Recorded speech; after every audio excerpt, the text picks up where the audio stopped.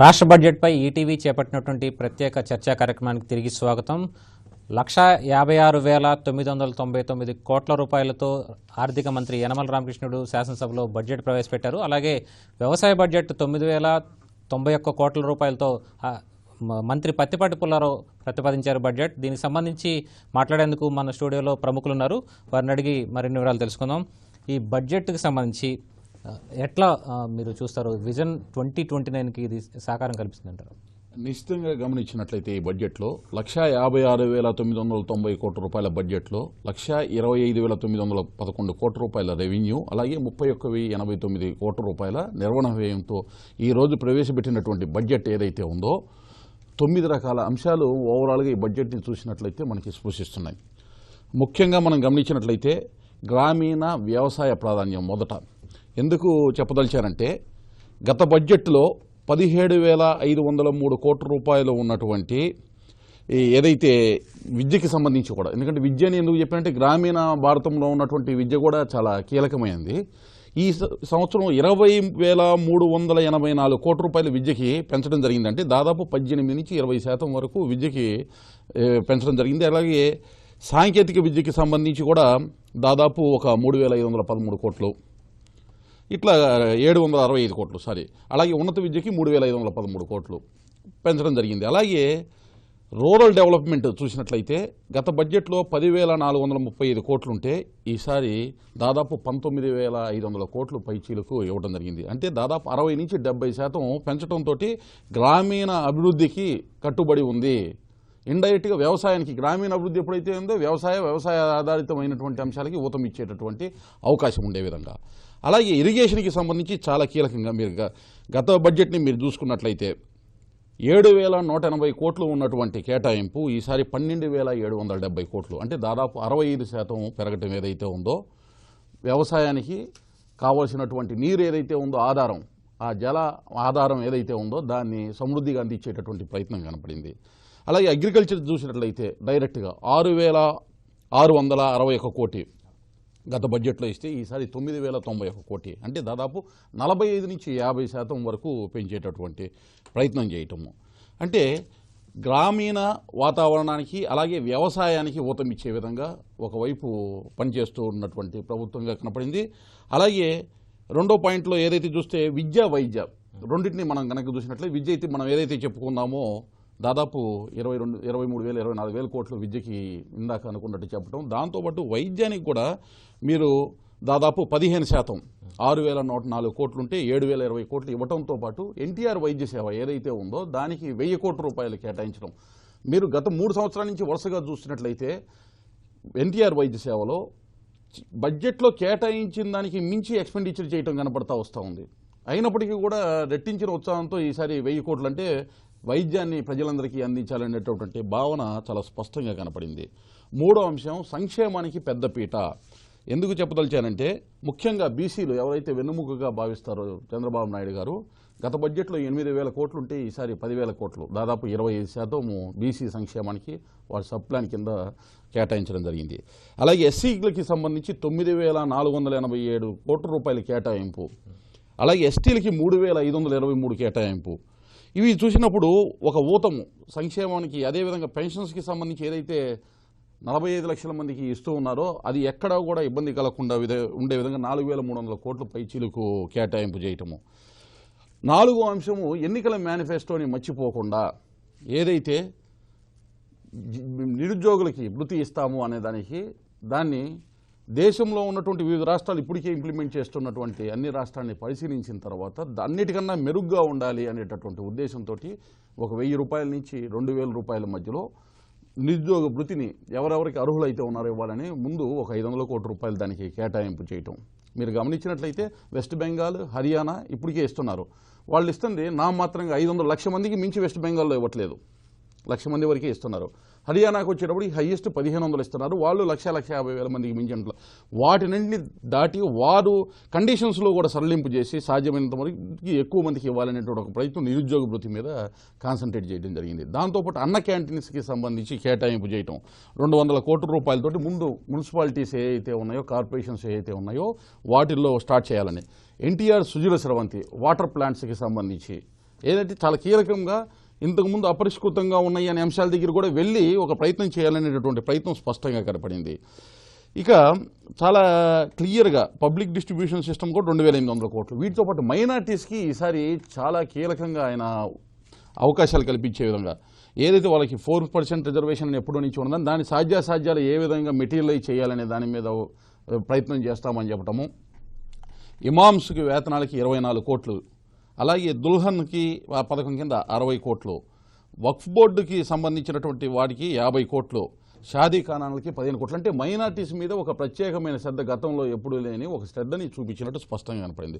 క్రైస్తవుల్ని కూడా ఎవరైతే ఉన్నారో వారికి కూడా ఒక 35 కోట్ల వరకు కార్పొరేషన్ ఒకటి ఏర్పాటు చేసి చేయటం. వాటితో పాటు అమృత్ నగర్, ఆకర్షణీయ నగరాలు రెండింటినీ కూడా 300 కోట్లు కేంద్ర ప్రభుత్వం నుంచి వచ్చే సహాయ సహకారాలు ఏ ఉన్నాయి వాటితోటి 300 కోట్లు, అలాగే ఆకర్షణీయ నగరాలకి 150 కోట్లు పెట్టుకుంటూ మున్సిపల్ అండ్ అడ్మినిస్ట్రేషన్ శాఖకి 4729 కోట్లు గతంలో ఉండేది 5207 కోట్లు, ఏదైతే 15% యావరేజ్ పెంచుకోవడానికి 9 ప్రాధాన్యత క్రమాలు చెప్పే ప్రయత్నం నేను చేస్తున్నాను. అలాగే పారిశ్రామిక వృద్ధికి, అలాగే ఇన్ఫ్రాస్ట్రక్చర్, ఈ 6-7 అంశాల్లో మనం గమనించినట్లయితే పారిశ్రామిక వృద్ధి, ఇన్ఫ్రాస్ట్రక్చర్ రెండింటిని కలగాపులగం చేసినప్పుడు విశాఖ చెన్నై ఇండస్ట్రియల్ క్యారిడార్ ఏదైతే కేంద్ర ప్రభుత్వం ఇప్పటికే ఏషియన్ డెవలప్మెంట్ బ్యాంకు ద్వారా 2500 కోట్లు నిధులు రిలీజ్ చేసిందో దానికి సంబంధించి ఊతమిచ్చేటటువంటి రాష్ట్ర ప్రభుత్వం ఒక చిరు ప్రయత్నం చేయటము, అలాగే బెంగళూరు చెన్నై ఇండస్ట్రియల్ క్యారిడార్కి సంబంధించి చెప్పడం, అలాగే ఎంఎస్ఎంఈ సెక్టార్కి సంబంధించి ఒక బోర్డు కేంద్ర ప్రభుత్వం ఆధీనంలో ఉన్నప్పటికీ కూడా రాష్ట్రంలో ఇక్కడ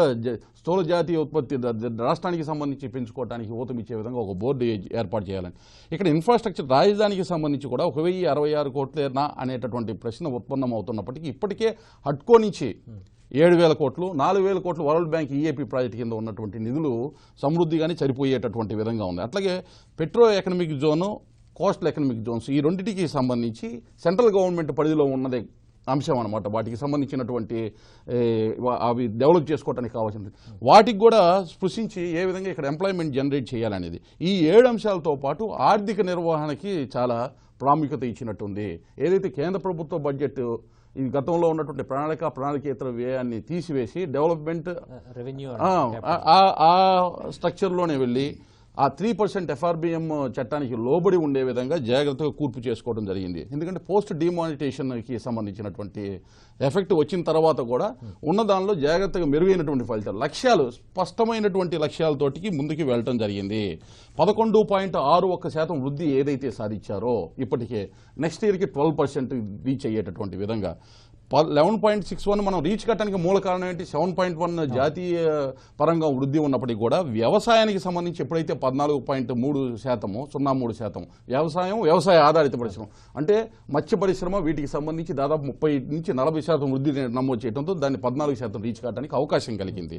అలాగే ఇండస్ట్రియల్ గ్రోత్ 10.05%, సర్వీస్ సెక్టార్కి 10.16% ఏదైతే ఉందో భవిష్యత్తుకి నిర్దేశించుకున్నటువంటి 12%కి రీచ్ కావడానికి లక్ష్యానికి దగ్గరగా ఉంది. వాస్తవానికి అన్ని రంగాల్ని మేళవించి ఎక్కడ కూడా ఉన్నదానిలో చాలా జాగ్రత్తగా అద్భుతంగా ముఖ్యంగా వ్యవసాయము, గ్రామీణము, ఇరిగేషన్ మీద చాలా కీలకంగా 60-65% కేటాయింపులు పెంచడంతో ఏదైతే ఉందో స్వర్ణాంధ్రప్రదేశ్కి కావాలని సాధ్యం అవడానికి తీసుకునేటువంటి చర్యలు స్పష్టంగా కనపడింది. కృష్ణమోహన్ గారు, ప్రధానంగా వృద్ధి రేటు కోసం పరిశ్రమలు కావాలి, పరిశ్రమలకి కేటాయింపులు ఎలా జరిగాయని మీరు భావిస్తున్నారు? ప్రత్యేకించి చిన్న మధ్యతరహా పరిశ్రమలకి యాజ్ ఏ సెక్టార్ తీసుకుంటే ఎంఎస్ఎంఈ పక్కన పెట్టండి, టోటల్ ఎలకేషను ఈ కారిడార్స్ కానీ తర్వాత ఈ ఎకనామిక్ జోన్స్ కానీ మెగా ప్రాజెక్ట్స్ కానీ ఇవన్నీ తీసి మెగా ఫుడ్ ప్రాసెసింగ్ పార్క్స్ ఇవన్నిటికి కూడా ఎలకేషన్ అనేది 2086 కోట్లు మాత్రమే శాంక్షన్ చేయటం జరిగింది. ఇవి చాలా క్లిష్టమైన world class corridors, industrial corridors. ఈ కారిడార్లోనే ఇన్వెస్ట్మెంట్ పెట్టడానికి మొన్న వైజాగ్లో లాస్ట్ ఇయర్ జరిగింది ఏంటి, ఈ ఇయర్ జరిగిన సిఐఐ పార్ట్నర్షిప్ సమ్మిట్లో మనకి ఈ పెట్టుబడుల వెల్లు అనేది మేము ప్రత్యక్షంగా చూడగలిగాం. సో అంటే లాస్ట్ ఇయర్ 300 చిల్లర అగ్రిమెంట్స్ వస్తే ఈ సంవత్సరం 4,67,4.67 lakhs crores వచ్చినప్పుడు ఈ ఇయర్ దానికి డబుల్ అయిందండి. అంటే మీకు 600 అగ్రిమెంట్స్ చేస్తే 10,50,000 లక్షల కోట్లు ఇన్వెస్ట్మెంట్స్ ప్రామిస్ చేయటం జరిగింది. దీనికి ఎంప్లాయ్మెంట్ పొటెన్షియల్ అనేది చెప్పక్కర్లా, దానికి 20 లక్షలు 30 లక్షల ఎంప్లాయ్మెంట్ పొటెన్షియల్ ఉంది కాబట్టి.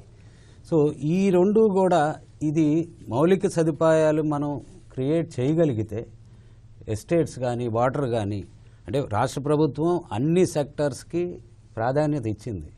బట్ ఇప్పుడు ఇండస్ట్రియల్ సెక్టార్కి వచ్చేప్పటికి ఈ స్కిల్ డెవలప్మెంట్లో కూడా వారు అలొకేట్ చేయటం జరిగింది.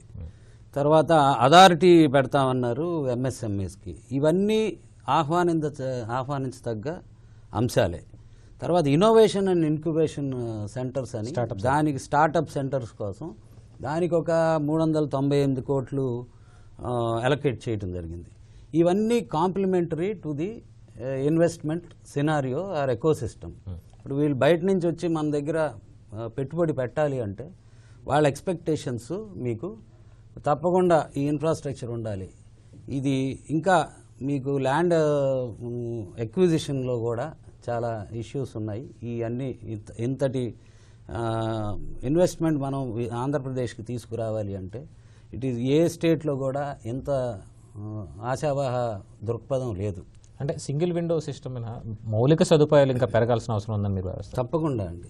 దానికి అలొకేషను అంటే స్థూలంగా చూపించారు కాబట్టి బడ్జెట్లో ఎంత దేనికి అలొకేట్ చేశారు అనేది ఇవన్నీ కూడా స్టేట్ గవర్నమెంట్ సిఐఐ నుంచి మిగతా మెయిన్ అసోసియేషన్స్ నుంచి కూడా ఫీడ్బ్యాక్ తీసుకుని బడ్జెట్ చేయటం జరిగింది.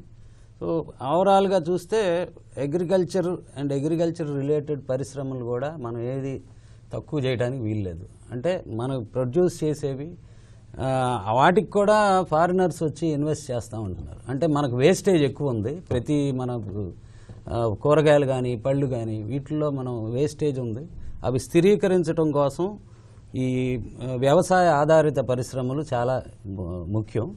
ఇది ఉపాధి కల్పిస్తాయి మనకి ఈ గ్రామీణ భారతంలో, మన ఆంధ్రప్రదేశ్లో.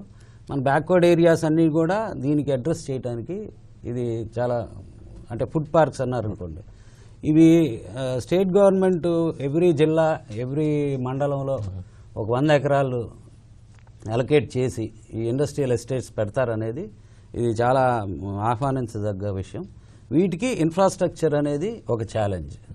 సో ఎప్పుడైతే అది ఉంది, తర్వాత ఈ కోల్డ్ చైన్ అంటారండి, అంటే మనకి పండించే దగ్గర నుంచి దాన్ని కరెక్ట్గా ప్రొక్యూర్మెంట్ ఎలా చేస్తాం, దాన్ని ట్రాన్స్పోర్టేషన్ ఎలా చేస్తాం, ప్రాసెసింగ్ సెంటర్కి వెళ్తుంది, ప్రాసెసింగ్ సెంటర్ నుంచి మళ్ళీ ఎక్స్పోర్ట్ ఫిట్ అయ్యే మెటీరియల్ మనం ప్రాసెస్ చేసే ప్లాంట్స్ కనుక క్లస్టర్స్లో కనుక పెట్టగలిగితే ఎక్కువ మంది పార్టిసిపేట్ చేయడానికి వీలుంటుంది.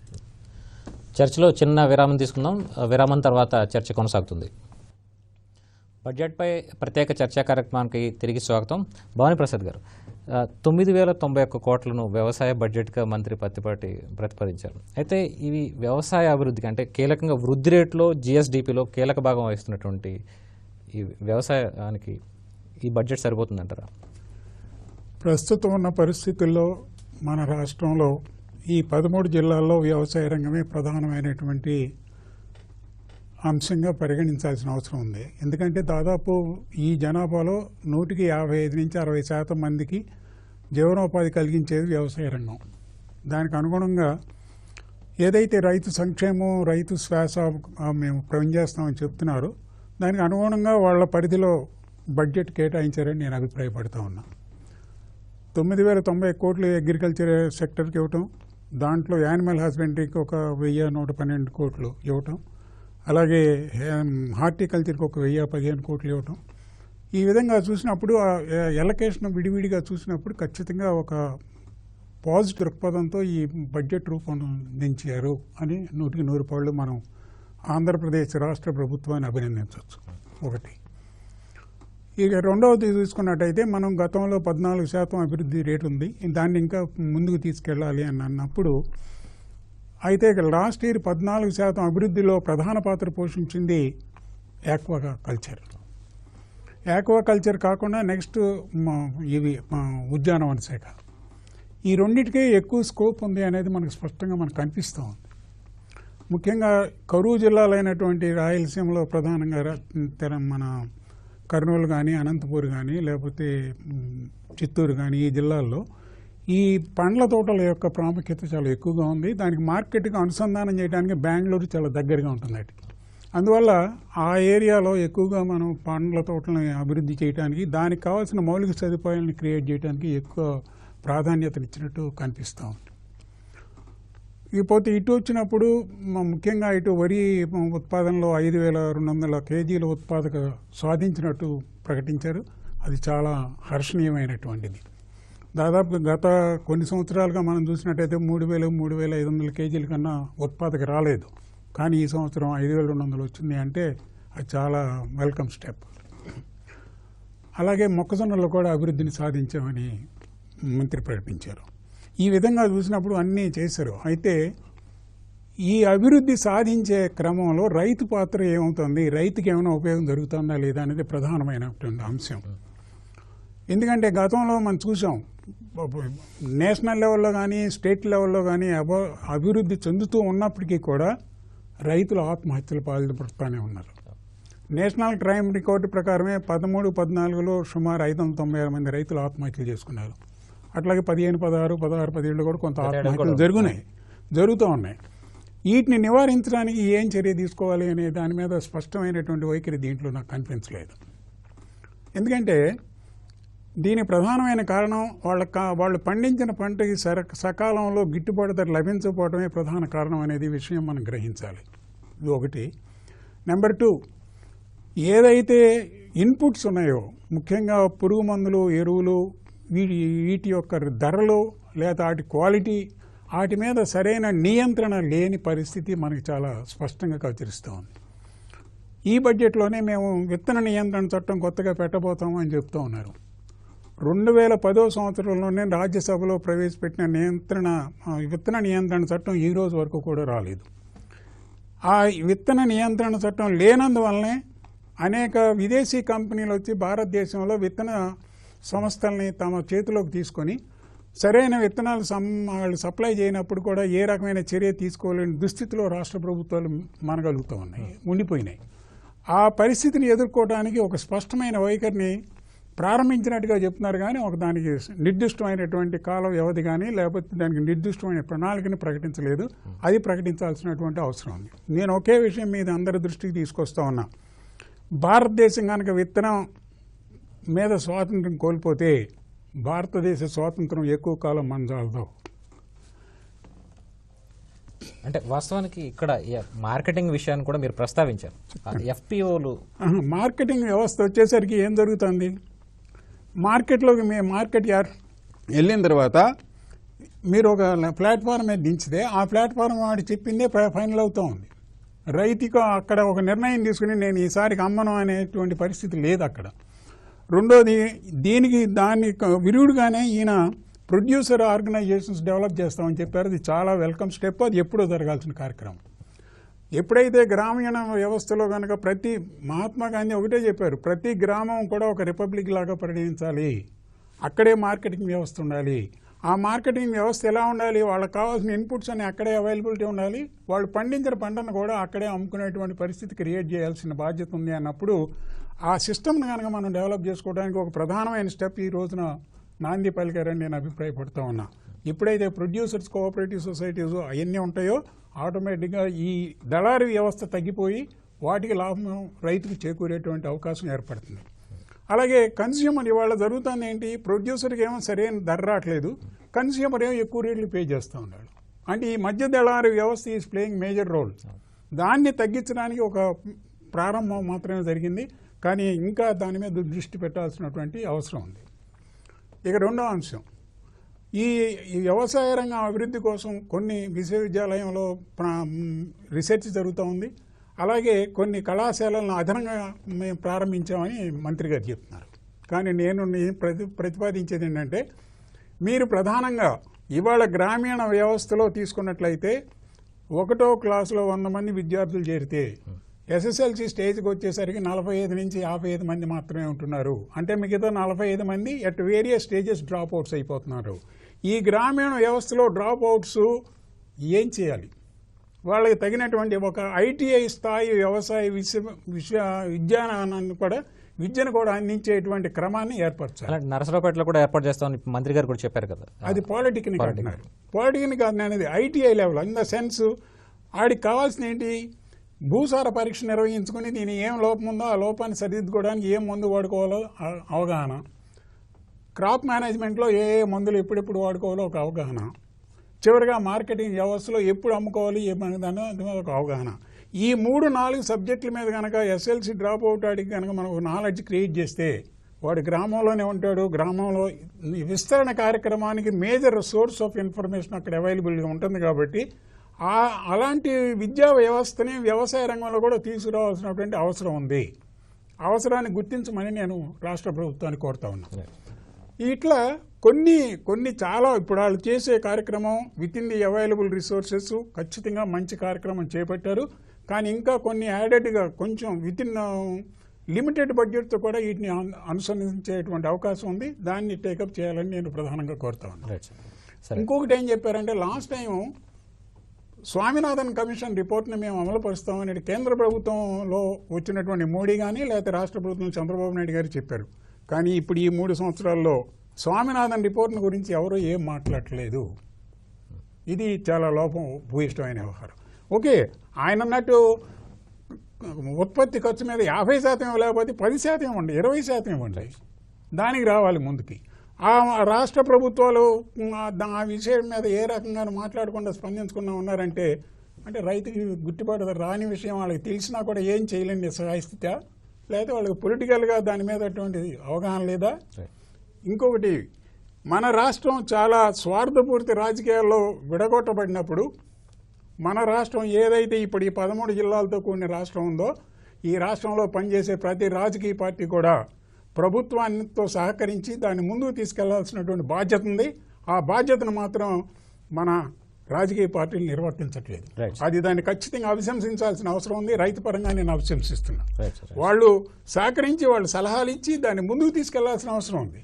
అలా కాకుండా ఊరికనే టైం అంతా వేస్ట్ చేసి అసెంబ్లీ టైం వేస్ట్ చేసి పోటీ చేయడం అనేది అది సమంజసం కాదు, అది యాక్సెప్టబుల్ కాదు. శ్రీనివాసరాజు గారు, మొత్తం ఆర్థిక లోటు చూసుకుంటే కనుక 23,000 కోట్ల రూపాయలు ఉంది. ఇటు రాజధాని నిర్మాణం కానీ పోలవరం ప్రాజెక్టు కానీ ఇతర మౌలిక సదుపాయాలు కూడా రాష్ట్రం నిర్మించుకోవాల్సి ఉంది వృద్ధి రేటు సాధించడానికి. దీనికి కేంద్రం నుంచి సహకారం ఎలా ఉంటుందంటారు? ఈ బడ్జెట్ దాదాపుగా 150,000 కోట్లు ఉంది. దీనికి మీరేమంటారు? సార్, నూతన రాష్ట్రం ఏర్పడిన తర్వాత మొట్టమొదటిసారి మన గడ్డ మీద ఈ బడ్జెట్ని ప్రవేశపెట్టడం జరిగింది. తర్వాత యనమల రామకృష్ణ గారు కూడా తెలుగులో ప్రసంగించారు, కొంతమంది రాష్ట్రం ఇంగ్లీష్ వేసేసిన దాని మీద కొంత చర్చ కూడా జరిగింది. సరే, ఏదైనప్పటికీ ఇది ఆహ్వానించదగిన విషయం. అభివృద్ధి పదంలో రాష్ట్రం నడిపించడానికి ఈ బడ్జెట్ తొలి ప్రాధాన్యత ఇచ్చినట్టుగా మనం చెప్పవచ్చు. అలాగే మీరు ఇందాక చెప్పినట్టుగా కేంద్రం రాష్ట్ర అభివృద్ధిలో ప్రతి దానిలోనూ కేంద్ర పాత్ర ఉంది. 14th ఫైనాన్స్ కమిషన్ ఇచ్చిన తర్వాత 42% పెరిగిన తర్వాత రాష్ట్రానికి ఇతర రాష్ట్రాలతో పాటు మన రాష్ట్రానికి కూడా ఎక్కువ నిధులు వస్తున్నాయి. రామకృష్ణ గారి బడ్జెట్ చూస్తుంటే ప్రతి స్కీమ్లో కూడా కేంద్ర ప్రభుత్వ సహకారంతో ఫలానా స్కీము ఏదైతే ఉందో ఈ డెవలప్మెంట్ యాక్టివిటీస్లో ప్రతి దానిలోనూ గ్రామీణ అభివృద్ధి విషయంలో కానీ, రహదారుల అభివృద్ధి విషయంలో కానీ, అలాగే పరిశ్రమల ఏర్పాటు విషయంలో కానీ, ఉపాధి అవకాశాల విషయంలో కానీ, స్కిల్ డెవలప్మెంట్ విషయం వీటన్నిటిలో కూడా కేంద్ర పాత్ర తప్పనిసరిగా ఉంటుంది. అంటే బహుశా రాష్ట్రం విడిపోయే పరిస్థితులు మన మిత్రులు చెప్పినట్టుగా పెద్దలు చెప్పినట్టుగా కొన్ని ఇబ్బందికరమైన పరిస్థితులు వచ్చినాయి. కేంద్రం కూడా మోడీ గారు కూడా సహకారం అందించాలనే ఉద్దేశంతో గత 2.5 సంవత్సరాల కాలంలోనే దాదాపు 2,25,000 కోట్ల ప్రాజెక్టులకు సంబంధించిన అనౌన్స్ చేస్తున్నారు. అలాగే వివిధ రకాల స్కీములు, అలాగే ప్రధానమంత్రి గ్రామీణ సడక్ యోజన పేరుతో కానీ, అలాగే ప్రధానమంత్రి ఉపాధి పథకం కానీ, అలాగే పారిశుధ్య నిర్మాణం విషయంలో వ్యక్తిగత టాయిలెట్స్ విషయంలో కానీ ఎర్రకోట మీద మోడీ గారు ప్రకటించి ఆ విధంగా మరి వ్యవసాయ కుంటలు ఏర్పాటు చేయడం. అంటే చంద్రబాబు నాయుడు గారు కేంద్రాన్ని ఎప్పుడైతే స్కీమ్ తీసుకోవాలి దాన్ని అడ్వాంటేజ్ తీసుకొని మన రాష్ట్రానికి వచ్చే విధంగా కూడా ఈయన కూర్చోవాలి. ఈ బడ్జెట్ యనమల రామకృష్ణ గారు చాలా చక్కగా అభివృద్ధి పథకాలు నడిపించే విధంగా కసరత్తు చేసి ఇచ్చినట్టు ఉంది. అంటే 1-2 రంగాలకి కొంచెం డిస్కస్ చేయాల్సిన అది కూడా నేను చెప్తాను. అలాగే మన రాష్ట్రానికి సంబంధించి అయితే 2 సంవత్సరాలకి 2 కాన్ఫరెన్స్లు, అంటే ఇక్కడ ఉపాధి కల్పించడానికి ఉత్పత్తి రంగం కూడా ఇంత మన పెద్దలు చెప్పినట్టుగా ఉత్పత్తి రంగం కూడా మన ప్రధానమైనది. ఒకటి వ్యవసాయ రంగం, ఉత్పత్తి రంగం, పరిశ్రమల ఏర్పాటు, దానికి మౌలిక వసతులు ఏర్పడటం, అట్ ద సేమ్ టైం దానిలో ఉత్పత్తి అయిన తర్వాత మనకి నిరుద్యోగ యువత కానీ ఉపాధి అవకాశం కల్పించే విధంగా రాష్ట్ర బడ్జెట్ తీసుకురావడం జరిగింది. కానీ ఆ విధంగా భవిష్యత్తుకి మంచి భవిష్యత్తు రాష్ట్రంలో డెఫినెట్గా అభివృద్ధి చెంతలో ఈ బడ్జెట్ క్రియాశీలకంగా మారుతుందని చెప్పడంలో ఎటువంటి సందేహం లేదు. అలాగే దీంతో పాటు మనం చూసుకుంటే ఈ యొక్క స్కిల్ డెవలప్మెంట్ విషయంలో రాష్ట్ర ప్రభుత్వం ఇంకొంచెం ఆలోచించే స్కిల్ డెవలప్మెంట్కి కేంద్రం సపరేట్ మినిస్ట్రీ ఇచ్చింది రాజీవ్ ప్రతాప్ రెడ్డి గారు. రాష్ట్రానికి కూడా ఈ అంకుర పరిశ్రమల ఏర్పాటు విషయంలో కానీ స్టార్టప్లు కానీ వీటి ఇంకా బడ్జెట్ పెంచిదే కానీ మన రాష్ట్రానికి ఇవ్వండి. ఇప్పటికే 11 కేంద్ర సంస్థలు వచ్చినాయి. అలాగే కాకినాడలో పెట్రోలియం హార్బర్ ఒకటి, అలాగే పెట్రోల్ యూనివర్సిటీ కూడా మన రాష్ట్రానికి కేటాయిస్తున్నారు. దానికి స్థలం ఇంకా కేటాయించాల్సిన అవసరం ఉంది. అనేక సంస్థలు వస్తున్నప్పుడు కాబట్టి దీన్ని ఉపయోగించుకొని రాష్ట్ర అభివృద్ధి పదంలో తీసుకురావడానికి రాష్ట్ర ప్రభుత్వం చేయాల్సిన అవసరం ఉంది. అలాగే నగరాల డెవలప్మెంట్లో 193,000 ఇల్లు మున్సిపాలిటీస్ కేంద్ర వెంకయ్యనాయుడు గారు ఇవ్వటం జరిగింది.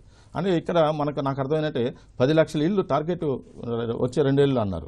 కానీ అంటే మన దానికి ఇప్పటికే మున్సిపాలిటీస్ వాటిలో 193,000 ఇల్లు వాళ్ళు ఇవ్వటం జరిగింది. దానికి కొంత బడ్జెట్ ఇంకొంచెం రాష్ట్ర ప్రభుత్వం వైపు కొంత బడ్జెట్ పెంచుంటే బాగుంటుంది అని అనిపించింది చూసిన తర్వాత. అంటే 2 రాష్ట్రాల్లో దాదాపు విజయవాడ, గుంటూరు నగరాల్లోనే దాదాపు 3 లక్షల ఇల్లు ఇక్కడ, అక్కడ 4 లక్షల కుటుంబాలు ఉన్నాయి. అంటే 2 లక్షల హౌసెస్ ఇక్కడ రికార్డుగా ఉన్నాయి. అంటే ఇంకా ఇళ్ల నిర్మాణం పూర్తి కావాల్సిన అంటే ప్రజలకి మరి ఇల్లు, వైద్యం, మరి విద్య, ఉపాధి అవకాశాలు ఈ 2 కూడా మౌలిక సదుపాయాలు రాష్ట్ర ప్రభుత్వం కేంద్ర ప్రభుత్వానికి రావాలి. ప్రతి దానిలోనూ కేంద్ర ప్రభుత్వం వైపు నుంచి సహకారం పూర్తి స్థాయిలో మన రాష్ట్రానికి ఉంది కాబట్టి రాష్ట్ర ప్రభుత్వం కూడా ఆ విధంగా ఆలోచన చేసి ఈ యొక్క బడ్జెట్లో ఇంకోటి 2 పాయింట్లు మనకు పెంచుకొని ఉంటే ఈ యొక్క స్కిల్ డెవలప్మెంట్ అంటే ఇందాక మనం చెప్పినట్టు ఐటీఐ, పాలిటెక్నిక్ కాలేజీలు ఈ మధ్య కాలంలో తగ్గిపోతున్నాయి.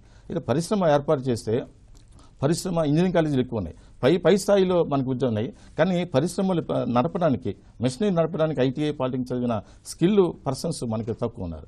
దీని మీద రాష్ట్ర ప్రభుత్వం ఎక్కువ దృష్టి పెడితే బాగుంటుందని అనిపిస్తుంది. అంటే కేంద్ర సహకారం పూర్తిగా ఉంది, కానీ దానికి సంబంధించిన బడ్జెట్లు ఉన్నాయి. దానికి ఐటీఐ, పాలిటెక్నిక్ కాలేజీలు కూడా మనం ఎంకరేజ్ చేసి దాన్ని చేసుకోగలిగితే రాబోయే రోజుల్లో ఈ పరిశ్రమ మరిన్ని రావడానికి అంటే మన రిపోర్ట్ ప్రకారం 1,165 మంది పరిశ్రమల ముందు ఉత్సాహం చూపిస్తే దాదాపు 13 లక్షల సంబంధించిన పెట్టుబడులు మన రాష్ట్రానికి వస్తున్నాయి. అంటే రాబోయే రోజుల్లో కూడా అపారమైన సంపద, సముద్రం ఉంది, హైవే ఉంది, మరి డెవలప్మెంట్ ఉంది కాబట్టి రావడానికి అవకాశం ఉంది. 2 మేజర్గా ఏంటంటే విశాఖపట్నం, చెన్నై కారిడార్ కేంద్రం నిర్మిస్తుంది. అలాగే చెన్నై టు ఇది అంటే ఈ యొక్క మోడీ గారి ఆలోచన ఏంటంటే ఈ యొక్క హైవే పక్కనే ఈ పరిశ్రమలకు తీసుకురావాల్సిన అవసరం ఉంది. దీనికి రాబోయే రోజుల్లో కూడా ఆలోచన చేస్తాం. అంటే ఒక విలేజ్లో మరి చదువుకున్న వ్యక్తి కానీ ఏదైనా కానీ వాడు ఇతర నగరాలకు వెళ్లకుండా ఆ 4-5 కిలోమీటర్ల పరిధిలోనే వాటికి ఉపాధి అవకాశాలు కల్పించాలా. అంటే హైదరాబాదు లేదు ఇంకెక్కడ ప్రాంతాలకు వెళ్ళి 50,000, 60,000 కంటే ఇక్కడ 25-30,000తోనే దగ్గర ప్రాంతంలో ఇంట్లో ఉండి ఉపాధి అవకాశం కల్పించే విధంగా కేంద్ర ప్రభుత్వం ఆలోచన ఉంది. అంటే మోడీ గారి ఆలోచన విధానానికి చంద్రబాబు ఆలోచనకి 2 తోడవుతున్నాయి. రాష్ట్ర అభివృద్ధి పదంలో కేంద్ర సహకారంతో తప్పనిసరిగా ఉంది. మీకు చెప్పినట్టే రెవెన్యూ బడ్జెట్ విషయంలో ఇప్పటికే మన 14 ఫైనాన్స్ కమిషన్ ప్రకారం 21,000 కోట్ల రూపాయలు ఉంది. అది కేంద్ర ప్రభుత్వం ఇచ్చింది.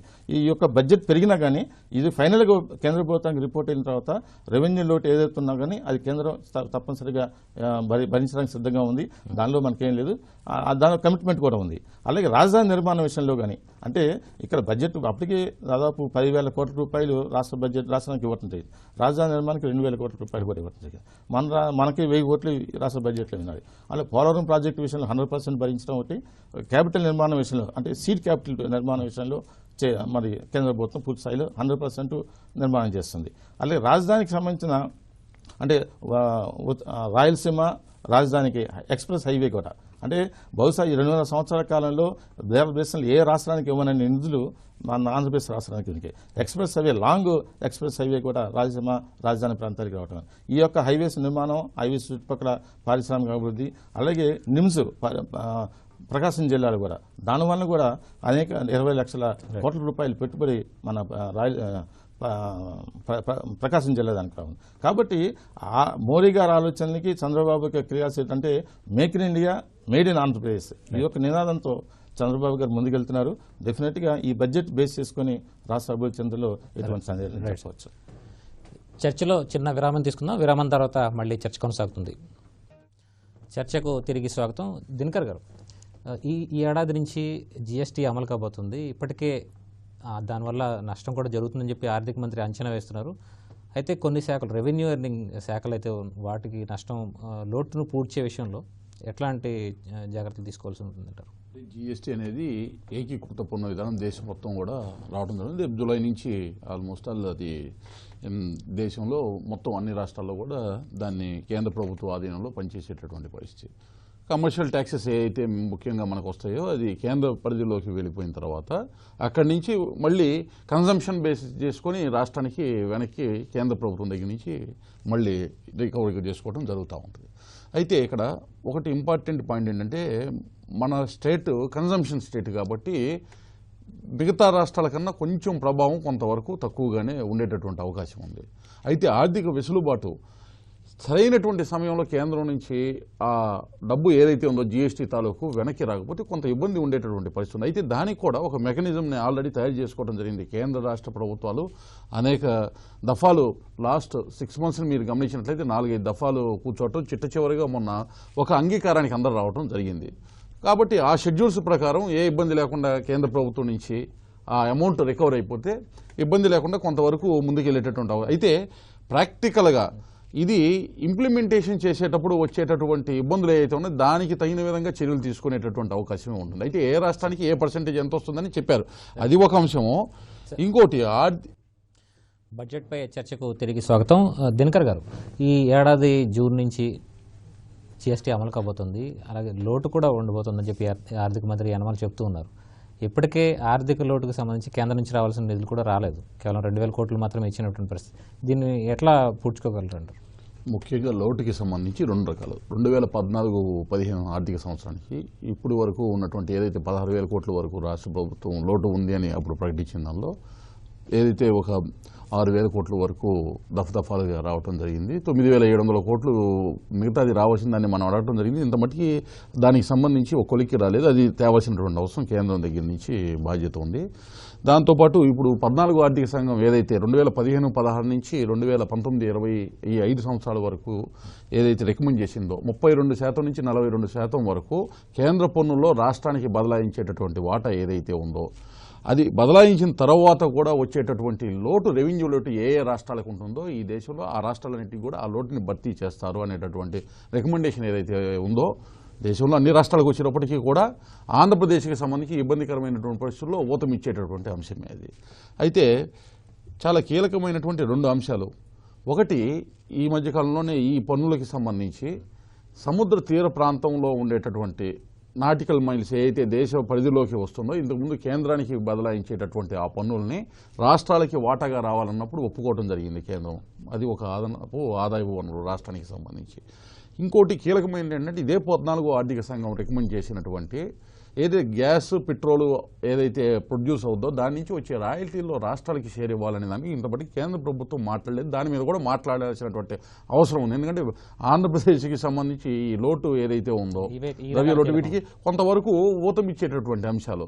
ఈ అంశం మీద ఆల్రెడీ వాళ్ళు క్లారిటీ ఇచ్చి చేయూతనివ్వడం జరిగింది. ఈ 2వ అంశం ఏదైతే ఉందో ఆ రాయల్టీని కూడా వారు కనుక 14 ఆర్థిక సంఘం చెప్పిన రికమెండేషన్ ప్రకారం చేయగలిగితే రాష్ట్రానికి సంబంధించి అదనంగా 5-6 వేల కోట్లు కేంద్రం నుంచి వచ్చేటటువంటి అవకాశం కూడా ఉంది. కాబట్టి ఒకవైపు కేంద్రం నుంచి వచ్చేటటువంటి అంశాలు చట్టపరంగా ఒకవైపు వాటిని చూసుకుంటూనే రెండో వైపు ఈ రెవెన్యూ లోటుని తగ్గించుకోవడానికి అలాగే ద్రవ్య లోటుని తగ్గించుకోవడానికి కావాల్సినటువంటి మూలకమైనటువంటి కారకాలు ఏదైతే ఇక్కడ ఉత్పత్తి పెంచడం ద్వారా జీడీపీని పెంచుకోవడం ద్వారా ఇక్కడ ఆదాయ వనరులు పెంచుకునేటువంటి ప్రయత్నం ఒకవైపు, వృద్ధి రేటు కూడా దానికి తగిన విధంగానే ఊతమిచ్చే విధంగా పరుగులు పట్టించే విధంగా రాష్ట్ర ప్రభుత్వం తీసుకునే చర్యలు కూడా కనబడుతున్నాయి.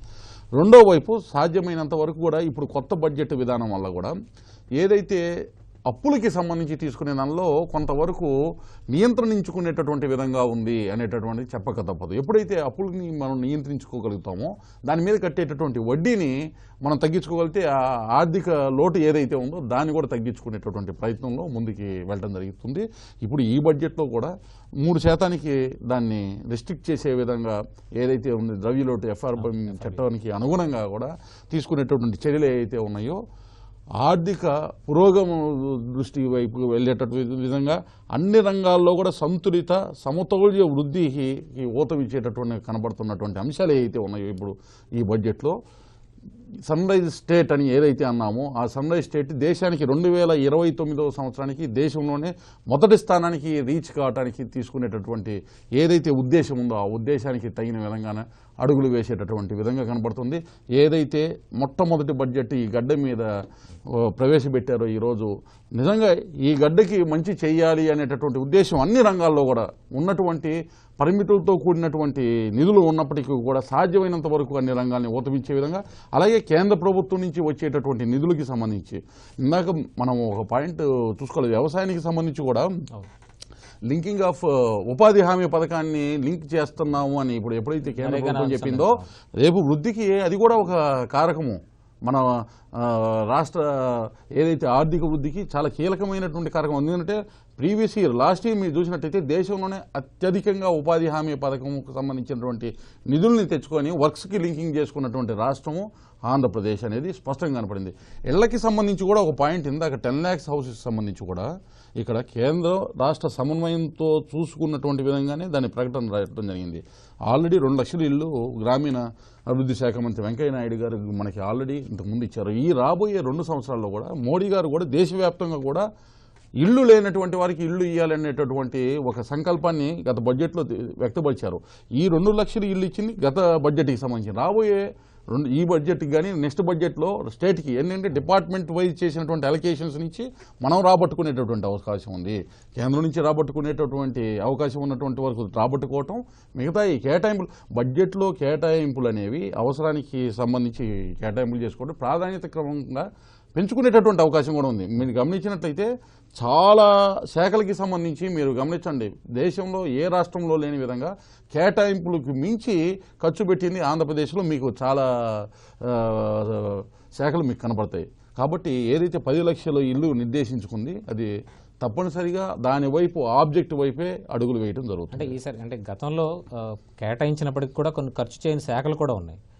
వ్యయం ఆధారంగా ఈసారి బడ్జెట్ కూడా పెట్టినటువంటి పరిస్థితి అది చాలా కీలకమైంది. కేంద్ర ప్రభుత్వం తీసుకున్న సంస్కరణ అది. ఎందుకంటే అవసరము లేకుండా శాఖలు ఉన్నాయి కదా అని కేటాయించుకుంటూ పోతే వారు ఖర్చు పెట్టనిది నిరుపయోగంగా ఉన్నటువంటి వనరులు ఏవైతే ఉన్నాయో ఉపయుక్తం చేసుకోవడానికి తీసుకునే విధంగా ఏ శాఖలకు ఖర్చు పెట్టగలిగేటటువంటి శక్తి అవసరము ఉన్నటువంటి వాటికి కేటాయింపులు చేసే విధంగా ఇవాళ ఉన్నటువంటి బడ్జెట్ రూపకల్పన జరిగింది. కాబట్టి నిరుపయోగంగా ఇక్కడ నిధులు ఉంటాయి ఈ శాఖలో అనేటటువంటి దానికి ఆస్కారం లేకుండా జరిగినటువంటి బడ్జెట్. ఈ సంస్కరణ అనేది చాలా కీలకమైంది. కేంద్ర ప్రభుత్వం తీసుకున్న సంస్కరణ అదే, ఇవాళ రాష్ట్ర ప్రభుత్వం కూడా అదే సంస్కరణ బాటలో వెళ్ళింది. కృష్ణమోహన్ గారు, ఈ హ్యూమన్ డెవలప్మెంట్ ఇండెక్స్ అనేది ప్రధానంగా ప్రభుత్వం చూస్తున్నటువంటి పరిస్థితి. మానవాభివృద్ధి సూచి, సంతోష స్థాయి సూచి పెరగాలి అన్నది. ఇక్కడ యువత ఇందులో కీలకంగా ఉండిపోతారు. డెమోగ్రాఫిక్ డివిడెండ్ గురించి కూడా ముఖ్యమంత్రి చాలాసార్లు మాట్లాడుతుంటారు. ఇది ఎట్లా బడ్జెట్లో ప్రతిఫలించిందంటారు? ఇప్పుడు ఇది పాపులిస్ట్ బడ్జెటే అండి. ఎందుకంటే సామాజిక అంశాలనే తీసుకుని ఏ ఒక్క సెక్టర్కి ఫోకస్ చేసింది కాకుండా మనం ఇప్పుడు ముఖ్యమంత్రి గారు హ్యూమన్ డెవలప్మెంట్ ఇండెక్స్ అనేది ఉంది, బట్ దాన్ని మాడిఫై చేసి హ్యూమన్ హ్యాపీనెస్ ఇండెక్స్ అంటున్నారు. అంటే మౌలిక అయిన అవసరాలన్నీ తీర్చేది హ్యూమన్ డెవలప్మెంట్ ఇండెక్స్ కింద కొలబద్దం. సో ఇప్పుడు మనం ఒక స్టెప్ అహెడ్ వెళ్ళి అంటే మీకు అన్ని వ్యవస్థలు ఉన్నాయి బట్ హ్యాపీనెస్ లేదు. So what are the things that will affect the human psychology? So అటువంటివి ఈ టూరిజం డెవలప్మెంట్ అయిన ఇష్యూ కానివ్వండి, అంటే ప్రజలకి ఒక ఆహ్లాదకరమైన వాతావరణం క్రియేట్ చేయడానికి కానీ, అలాగే కొత్త కాన్సెప్ట్స్ మన విజయవాడ నుంచి స్టార్ట్ అయింది హ్యాపీ సండేస్ అనేది. ఇవన్నీ వల్ల ఏంటంటే ఆ ఒక్క మనకి ఎంటర్టైన్మెంటు ఒక హ్యాపీనెస్ అంటే సినిమాల వరకే ఉండేది. ఇప్పుడు మనమే గుర్తించాం, అంటే మన చుట్టూ ఇంత సుందరమైన ప్రదేశాలు ఉన్నాయి, వాటిని డెవలప్ చేసుకుంటే విజిటర్స్ని కూడా టూరిస్టులు కూడా అట్రాక్ట్ చేయొచ్చు. కాబట్టి that is one aspect. And మీరు అడిగిన సెకండ్ పాయింట్ డెమోగ్రాఫిక్ డివిడెండ్ అన్నారు. అంటే అది మోడీ గారు కానీ చంద్రబాబు నాయుడు గారు కానీ గుర్తించింది ఏంటంటే మనకి ఇంతమంది ఇంజనీరింగ్ గ్రాడ్యుయేట్స్ భవానీ ప్రసాద్ గారు, సాగునీటి పారుదల రంగానికి దాదాపుగా 12,770 కోట్ల రూపాయలు కేటాయించారు. మనకి పోలవరం ప్రాజెక్టు ఉంది, అలాగే రాష్ట్రంలో ప్రాధాన్యత క్రమంలో చాలా ప్రాజెక్టులు కూడా పూర్తి చేసుకోవాల్సి ఉంది. ఈ కేటాయింపులు సరిపోతాయంటారు? సాగునీటి ప్రాజెక్టులకి గత సంవత్సరం సుమారు 7,000 కోట్లు ఖర్చు పెట్టారు. ఇప్పుడు ఈ సంవత్సరం 12,770 కోట్లు కేటాయించినట్టు చూపిస్తున్నారు. కానీ ఒకటి మాత్రం జరుగుతూ ఉంది, పోలవరం ప్రాజెక్టు టోటల్గా 100% కేంద్ర ప్రభుత్వం భరిస్తుంది. దానికి కావాల్సిన నిధులు కూడా నబార్డ్ నుంచి యాజ్ అండ్ వెన్ రిక్వైర్డ్ ఎంత అవసరమైతే వీళ్ళు ఇచ్చే వర్కింగ్ షెడ్యూల్ని బట్టి ఎంత మనీ కావాలన్నది రిలీజ్ అవుతుంది. కాబట్టి ఆ ఆస్పెక్ట్లో మనకి ఇబ్బంది లేదు. మిగతా ప్రాజెక్టులు ఏదైతే ఉన్నాయో ప్రధానంగా రాయలసీమ జిల్లాల్లో నేషనల్ మన ఇండియన్ దీని ప్రకారం అయితే కనీసం ఒక జిల్లాలో ఉన్నటువంటి వ్యవసాయయోగ్యమైన భూమిలో కనీసం 33% భూమికి నీటి సౌకర్యం కల్పించబడాలి అనేది ప్రాథమిక సూత్రం. అది కనుక అమలు చేయాలంటే ముందులో top most priority goes to Anantapur and Chittoor and then Kadapa and Kurnool. ఈ 4 జిల్లాల మీద ఎక్కువ శ్రద్ధ చూపించాల్సిన అవసరం ఉంది. అయితే రాష్ట్ర ప్రభుత్వం యాక్చువల్గా ఇప్పటికే గాలినగరి హంద్రీ అలాంటి ప్రాజెక్టులకి 70-80% వరకు కంప్లీట్ అయినాయి. ఇంకా మిగతాది రేపు జూన్ లోపల అవుతాయి అని చెప్తూ ఉన్నారు. ఏది ఏమైనా దానికి కావాల్సిన నిధులకి ఏ రకమైన ఆటంకం ఉండదు. రెండోది, అవసరమైతే అడిషనల్గా మనం accelerated irrigation benefit funds central గవర్నమెంట్ని కూడా అప్రోచ్ అయ్యి మనకు కావాల్సిన నిధుల్ని మనం సమకూర్చుకునేటువంటి అవకాశం కేంద్ర ప్రభుత్వంలో ఉంది. అందువల్ల నేను అనుకోవటం బడ్జెట్లో ఎంత కేటాయించినా మనకు అవసరమైతే ఎక్స్ట్రా ఇంకా అవసరం అనుకున్నప్పుడు ఖచ్చితంగా మన నిధులను సమీకరించుకుని ఎక్స్పెండిచర్ ఇన్కర్ అయ్యేటువంటి అవకాశం డెఫినెట్గా ఉంది. టు దట్ ఎక్స్టెంట్ మనం ఇక్కడ ప్లానింగ్ దాని ఇంప్లిమెంటేషన్ ఆస్పెక్ట్ చూసుకోవాల్సిన అవసరం ఉంది. అలాగే పోలవరానికి నిధులు కొరత కానీ దాని ఇబ్బంది పడేటువంటి అవకాశం లేదు. ఇకపోతే ఇంకా మనకు అదనంగా నిధులు ఇప్పుడు వ్యవసాయ అనుబంధ పరిశ్రమల కోసం ప్రాధాన్యత ఇస్తామని రాష్ట్ర ప్రభుత్వం ప్రకటిస్తూ ఉంది. మరి నెంబర్ 1 ప్లేస్లో ఉన్నటువంటి యాక్వా రంగానికి ఏ రకమైన ఫెసిలిటీస్ ఇస్తారు మీరు? ఇంతవరకు యాక్వా రంగానికి ఒక స్పెషల్ ఎస్ఈజెడ్ లేదు, లేదా దానికి ఒక పరిశ్రమ గుర్తింపు లేదు, లేదా అగ్రికల్చర్ ఆస్పెక్ట్లో ఇచ్చినట్టుగా దానికి కొంత రాయితీ ఇచ్చేటువంటి విద్యుత్ ఛార్జీల్లో రాయితీ ఇచ్చేటువంటి క్రమం కూడా కనిపించట్లేదు. Apart from this CRZ regulations కింద ఇక్కడ యాక్వా రంగానికి కొన్ని క్లాషెస్ ఉన్నాయి. వీటన్నిటినీ సమన్వయపరిచి సరైన క్రమంలో ఈ యాక్వా రంగాన్ని అభివృద్ధిలోకి తీసుకెళ్ళడానికి చర్యలు తీసుకోవాల్సినటువంటి బాధ్యత రాష్ట్ర ప్రభుత్వం మీద ఉంది. కాబట్టి ఆ దిశలో కొన్ని చర్యలు చేపట్టాలి. అది మరి దీంట్లో బడ్జెట్లో ఏ రకమైనటువంటి అంటే ఆక్వారంగం ఎక్కువ ప్రోత్సాహం కోసం ప్రత్యేక ఎస్ఈజెడ్ అవసరం అంటారా? డెఫినెట్గా అవసరం. ఎందుకు ఎస్ఈజెడ్ అవసరం అంటే అంత లార్జ్ స్కేల్ 40,000 కోట్ల రూపాయలు ఎక్స్పోర్ట్ జరుగుతూ ఉన్నప్పుడు, అది ఇంకా అభివృద్ధి చెందే అవకాశం ఉన్నప్పుడు, 960 కిలోమీటర్ల కోస్ట్ లైన్ మనకు ఉన్నప్పుడు దాని మీద సమగ్రమైనటువంటి అవగాహన ఉండేటట్టు దానికి నిర్దిష్టమైనటువంటి కార్యాచరణ ప్రణాళికతో మన ఎక్స్పోర్ట్స్ టేకప్ చేసేటట్టుగా ఉండాలంటే ఎక్స్క్లూజివ్ ఎస్ఈజెడ్ ఉండటం అనేది మంచిదని నా అభిప్రాయం. అది టెక్నికల్గా ఆస్పెక్ట్లో అవసరం అనుకుంటే ఖచ్చితంగా పెడదాం, లేదంటే దాన్ని ఎలా చేయాలనేది ఒక కార్యక్రమం. అంటే ఆ దిశలో ఏం చర్యలు చేపడతాం అనేది ఇక్కడ ఏమీ ప్రతిబింబించబడలేదు. అది ఒకటి ప్రధానమైన అంశం. అలాగే మిగతా ఆస్పెక్ట్లో ఫర్ ఎగ్జాంపుల్ చిత్తూరు జిల్లాలో మీరు చూడండి, కర్నూలు జిల్లాలో చూడండి, టమాటాలు రూపాయి అంటే కూడా అక్కడ ఎవరు కొనపోతే వాళ్ళు కోతకూలి రాదని వదిలేస్తూ ఉంటారు. ఇది ఎన్నో సంవత్సరాల నుంచి జరుగుతూ ఉంది. కానీ దాన్ని అరెస్ట్ చేయడానికి ఆ రకంగా పంట ఎక్కువగా పండినప్పుడు దాన్ని ఏ విధంగా దాన్ని మనం సద్వినియోగం చేసుకోవాలనే దాని మీద ఒక ఫుడ్ ప్రాసెసింగ్ ఇండస్ట్రీస్ని అక్కడ ఏర్పాటు చేయడానికి కానీ ఏ రకమైన చర్యలు చేపట్టిన దాఖలాలు లేవు. ఇప్పుడైనా దాని మీద దృష్టి సారించి పంట ఎక్కువ పండి రైతు నష్టపోయే పరిస్థితి వస్తే కూడా దాని గురించి ఏం చేయలేని పరిస్థితి మాత్రం ఉండడానికి వీల్లేదు. ఎట్టి పరిస్థితుల్లో ఆ పంటను మనం సద్వినియోగం చేసుకోవాలి, దాన్ని వాల్యూ యాడెడ్ ఎడిషన్ కింద మార్చుకునేటువంటి కార్యక్రమాన్ని రాష్ట్ర ప్రభుత్వం టేకప్ చేయాలి. ఇది ఒక కార్యక్రమం. మూడవది ఏంటంటే ప్రధానంగా మన రైతుకి ప్రొడ్యూస్ రాగానే ఇమ్మీడియట్గా మార్కెట్ చేసుకుంటా ఉంటే సరైన ధర రాదు అనేది మనందరికీ తెలుసు. రైతు బంధు పథకం ఇచ్చినా చాలా నామినల్గా జరుగుతూ ఉంది తప్ప అది లార్జ్ స్కేల్ జరగట్లేదు. ఈ మార్కెట్ స్టెబిలైజేషన్ ఫండ్ని క్రియేట్ చేయమని మన 11th ఫైనాన్స్ కమిషన్లోని రికమెండేషన్ చేయడం జరిగింది. కానీ ఆ దిశలో కేంద్రం కానీ ఇటు రాష్ట్ర ప్రభుత్వం కానీ ముందుకు అడుగులు వేయట్లేదు. ఆ మార్కెట్ స్టెబిలైజేషన్ ఫండ్ని క్రియేట్ చేయాల్సినటువంటి అవసరాన్ని గుర్తించమని నేను కోరుతూ ఉన్నా ఈ రాష్ట్ర ప్రభుత్వాన్ని.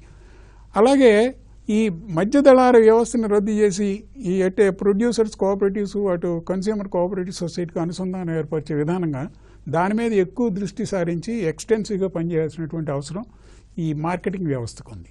ఈ కార్యక్రమాలు చేపట్టినట్టయితే మరింత ముందుకెళ్ళేటువంటి అవకాశం ఉందని నా అభిప్రాయం.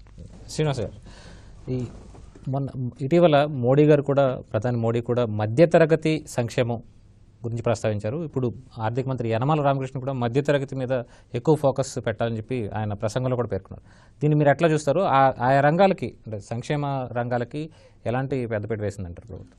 మొన్న యూపీ ఎలక్షన్ తర్వాత మోడీ గారు మాట్లాడుతూ మధ్యతరగతి ప్రజల యొక్క కళలను సాకారం చేసే విధంగా మా యొక్క ప్రభుత్వ పనితీరు ఉందని రామకృష్ణ ఇందాక బడ్జెట్లో మాట్లాడుతూ కూడా మధ్యతరగతి ప్రజల యొక్క బేస్ చేసుకుని ఈ బడ్జెట్ తయారు చేయడం అనేది, అంటే భారతదేశం ఇన్ని దశాబ్దాలు, 5 దశాబ్దాలు 6 దశాబ్దాలు పరిపాలన తర్వాత కూడా ఇంకా మనం వెనకబడి ఉన్నామంటే చాలా సిగ్గుపడాల్సిన విషయం.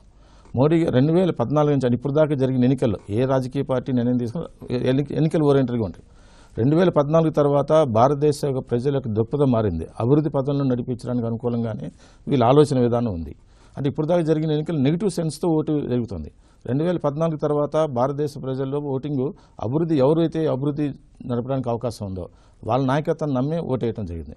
మొన్న 2014 పార్లమెంట్ ఎన్నికలప్పుడు అలాగే జరిగింది. యూపీ ఎన్నికలు కూడా మొన్న ప్రత్యక్షంగా మరి అంత డంపింగ్ మెజార్టీ తీసుకురావటం, అంటే కుల రాజకీయాలు, వర్గ రాజకీయాలు యూపీలో మనకన్నా ఎక్కువ. అంటే ఒక విలేజ్లో మోటిబరి ఎవరు చెప్తే వాళ్ళకే ఓటేసే పరిస్థితి. అటువంటి పరిస్థితుల్లో నుంచి కూడా ప్రజలు ముందుకు వచ్చి ఎన్డీఏ ప్రభుత్వానికి సపోర్ట్ చేయడం జరిగింది. అంటే మోడీ గారు మాట అన్నారు, నేను నిర్ణయం తీసుకునేది ఎన్నికల ఓరియంటెడ్గా నేను తీసుకోను, అడ్మినిస్ట్రేషన్ పరంగా ప్రజల కోసం నిర్ణయం తీసుకున్నాను. అంటే ఇక మనీ డిమానిటైజేషన్ విషయంలో కూడా ఆయన నిర్ణయం తీసుకోవడం జరిగింది. అంటే ఎన్నికల్లో ఒక నిర్ణయం రాంగ్ అయితే ఒకసారి ఓడిపోయే పరిస్థితి కూడా వస్తుంది. అలాగే ఒక విధంగా మోడీ గారు, ఇక్కడ చంద్రబాబు గారు పని రాక్షసులని చెప్పవచ్చు. అంటే ఇప్పుడు దాకా జరిగిన ఒక ఎత్తు, ఇక 2014 నుంచి ఒక ఎత్తు మీరు చూస్తారు రాష్ట్రంలోనూ అటు దేశంలోనూ. అంటే మోడీ గారు మాట్లాడుతానంటే 75 సంవత్సరాలు స్వతంత్రం వచ్చి 75 సంవత్సరాలు అవుతుంది, 2022 అని టార్గెట్ ఆయన చెప్పడం జరిగింది. అంటే 2022కి డెవలప్ ఇండియా, అభివృద్ధి చెందిన భారతదేశం రావాలా, ప్రతి వాడికి ఇల్లు లేని వాడి భారతదేశంలో ఉండకూడదు, మౌలిక సదుపాయాల కల్పనలో ఎటువంటి లోపం రాకూడదు, ఇది 2022 టార్గెట్తో ఆయన చెప్పడం జరిగింది. అంటే ఇక్కడ ఆంధ్రప్రదేశ్ రాష్ట్రంలో కంటే ప్రతి వాడికి ఇల్లు కొంచెం చాలా కూడు గుడ్డ కల్పించాల్సిన బాధ్యత రాష్ట్ర కేంద్ర ప్రభుత్వాల కాన్స్టిట్యూషన్లోనే ఉంది.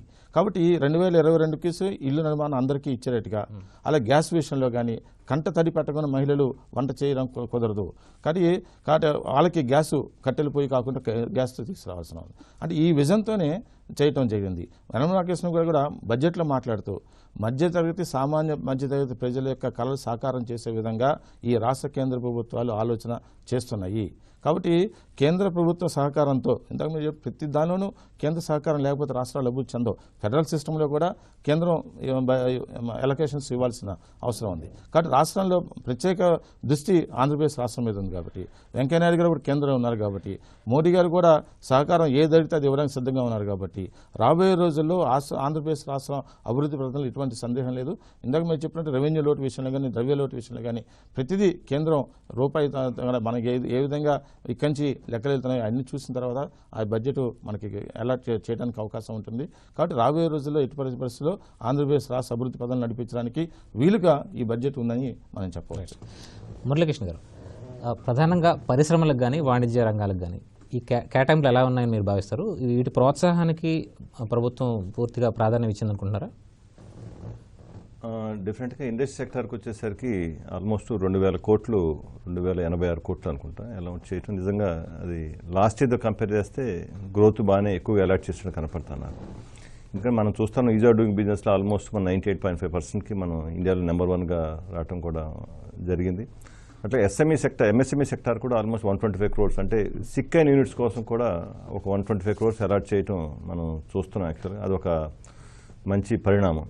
ఇప్పుడు ఇన్ఫ్రాస్ట్రక్చర్, ఎందుకంటే ఇండస్ట్రీ ఏదైనా సరే ముందు ఇన్ఫ్రాస్ట్రక్చర్ డెవలప్ అవ్వాలి. కాబట్టి ఈ ఇండస్ట్రియల్ క్యారిడార్స్ కూడా బాగా అలాట్మెంట్ క్రియేట్ చేయాలి. మన వైజాగ్, చెన్నై కానీ, బెంగళూరు, చెన్నై ఈ 2 ఇండస్ట్రియల్ క్యారిడార్స్కి ఒక ఫండ్ అలొకేట్ చేయటం, ఇండస్ట్రియల్ క్యారిడార్ డెవలప్మెంట్ కోసం ఒక development corporation, industrial corridor development corporation ఒకటి ప్రపోజ్ చేయడం కూడా ఒక మంచి. దానివల్ల ఏమవుతుంది, తొందరగా క్యారిడార్స్ డెవలప్ అవడానికి అవకాశం కనపడుతుంది.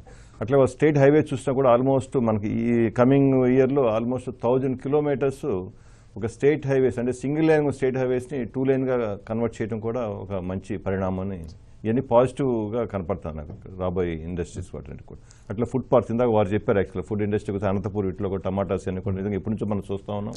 దానికోసం మరి వాళ్ళు 8 మెగా ఫుడ్ పార్క్స్ వాళ్ళు ఎలకేట్ చేయడం, ఆ విధంగా 8 కూడా ఏమైందంటే విజయనగరం, శ్రీకాకుళం, ఈస్ట్ గోదావరి, ఇటుకు వచ్చేసరికి కడప, అనంతపూర్, కర్నూలు అక్కడ ఒక 3 ఫుడ్ పార్క్స్ ఎలకేట్ చేయడం వల్ల ఇందాక వారు చెప్పిన ప్రాబ్లం కూడా, ఎందుకంటే టమాటాస్ ఎప్పుడూ చూస్తాను మన చిన్నప్పటి నుంచి కూడా టమాటాస్ రూపాయికి పారబోస్తాను, నిజంగా చాలా పిటీగా అనిపిస్తుంది. మరి ఆ ఫుడ్ పార్క్స్ కూడా ఆ ఏరియాలో ఎలకేట్ చేయడం వల్ల ఏమవుతుంది, నిజంగా ఆ ప్రాబ్లం కూడా సాల్వ్ అవడానికి ఛాన్సెస్ కనపడుతున్నాయి. అంటే ఈ ప్రధానంగా పరిశ్రమలు పైన ఆధారంగానే అభివృద్ధి సాధించాలి, 2 అంకెల వృద్ధి కూడా ఆ విధంగా సాధించాలని చెప్పి ప్రభుత్వం భావిస్తుంది.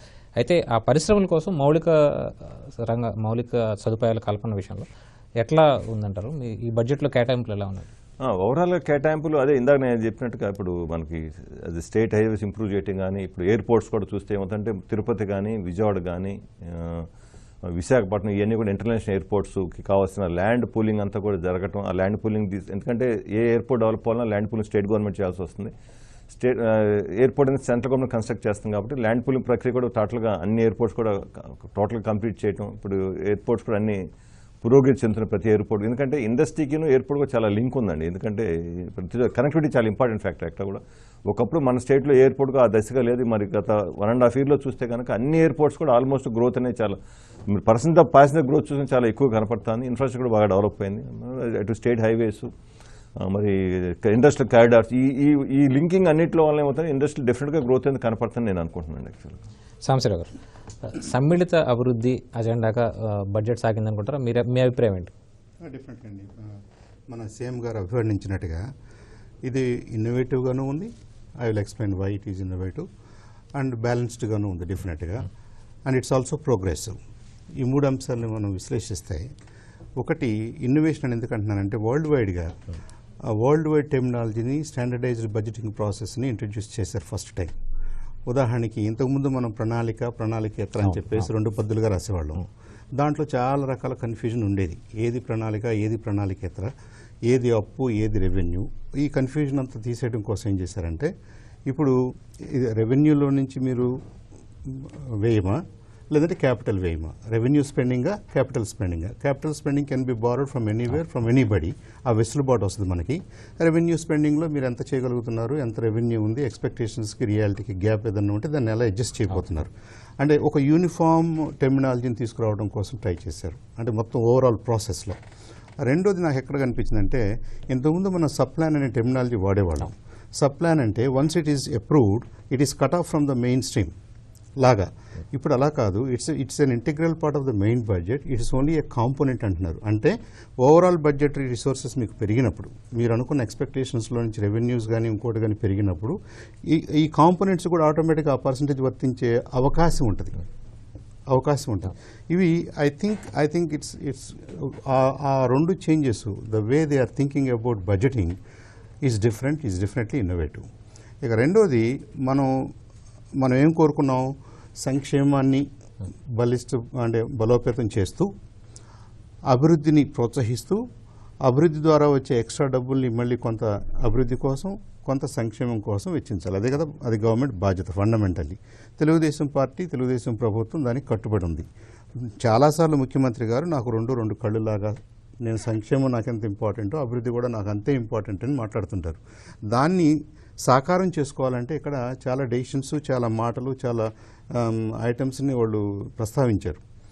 మీరు చూడండి, అన్ని రకాల వెల్ఫేర్ అండ్ డెవలప్మెంట్ కార్పొరేషన్స్కి గతంలో కంటే ఇప్పుడు మెరుగైన ఎలకేషన్స్ ఇచ్చారు.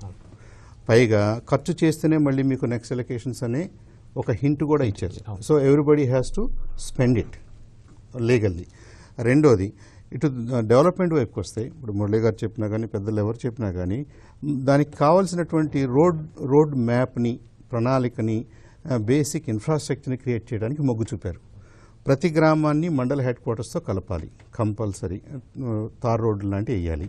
తర్వాత with in the village cement రోడ్లు వేయండి, చంద్రన్న బాట నుండి ఏదన్నా చేయండి. దాదాపు ప్రతి వార్డులో కూడా మీకు రాకపోకలకి మార్గం కల్పించాలి. విలేజ్ టు విలేజ్ ఉండాలి, village to mandal headquarters ఉండాలి. First of all basic infra పెరగాలని చెప్పి, అయితే క్యాపిటల్ ఎక్స్పెండిచర్లో ఆ మేరకు 31,000 కోట్ల రూపాయలు కేటాయించినటువంటి పరిస్థితి. ఇది పెరగాల్సిన అవసరం ఉందా? వెల్ అంటే రియాలిటీ ఏంటంటే మైల్ టు మైల్ మనకి ఎన్ని కిలోమీటర్స్ మనం న్యూ రోడ్స్ చేయాలో, ఎన్ని కిలోమీటర్స్ బాగు చేయాలో అదంతా కూడా మనం చెప్పలేం. కాబట్టి ఐ థింక్ ఆయా రెస్పెక్టివ్ డిపార్ట్మెంట్స్ వాళ్ళ ఎక్స్పెక్టేషన్స్ ప్రకారంగానే బడ్జెట్ ఎలకేషన్స్ జరిగి ఉంటాయి. అండర్ దట్ అజంప్షన్ నేను ఏమంటున్నానంటే, మనకి విలేజెస్కి మండల్ హెడ్ క్వార్టర్స్కి కనెక్టివిటీ ఇవ్వాలని కోరుకుంటున్నారు, ప్రణాళిక సిద్ధం చేశారు. మండల్ హెడ్ క్వార్టర్స్ నుంచి డిస్ట్రిక్ట్స్కి మన స్టేట్ గవర్నమెంట్ రెస్పాన్సిబిలిటీ తీసుకుంటుంది. డిస్ట్రిక్ట్ టు డిస్ట్రిక్ట్ కానీ, డిస్ట్రిక్ట్ టు అదర్ సెంటర్స్ కానీ నేషనల్ హైవేస్ కింద ప్రమోట్ చేస్తున్నారు. నేషనల్ హైవేస్ అంటే automatically government of India has to look in to that, they have to bear the burden investment. ఇలా జరిగినప్పుడు మన ప్రభుత్వం ఏం కోరుకుంటుందంటే, రాకపోకలు పెరిగే కొద్దీ మన అగ్రో ప్రొడక్ట్స్కి మనం పంపిణీ చేసుకోవటం ఈజీగా ఉంటుంది, మన ఎరువులు మన ఇన్పుట్స్ తెచ్చుకోవటం ఈజీగా ఉంటుంది. మనం మార్నింగ్ సెషన్లో మాట్లాడుకున్నాం, ఇండియాలో ఉన్న అగ్రో ప్రొడ్యూస్లో దాదాపు 30-40% వేస్ట్ అయిపోతుంది. ఎక్కడ వేస్ట్ అవుతుంది? కొంత ఫార్మర్ దగ్గర అయితే, కొంత ప్రాసెసింగ్లో అయితే, కొంత ట్రాన్స్పోర్టేషన్లో అయితే, కొంత వినియోగదారుడి దగ్గర కూడా అయిపోతుంది. ఇవన్నిటిని తగ్గిస్తేనే రియల్ ప్రొడ్యూస్ మనం చేసినట్టు అవుతాం.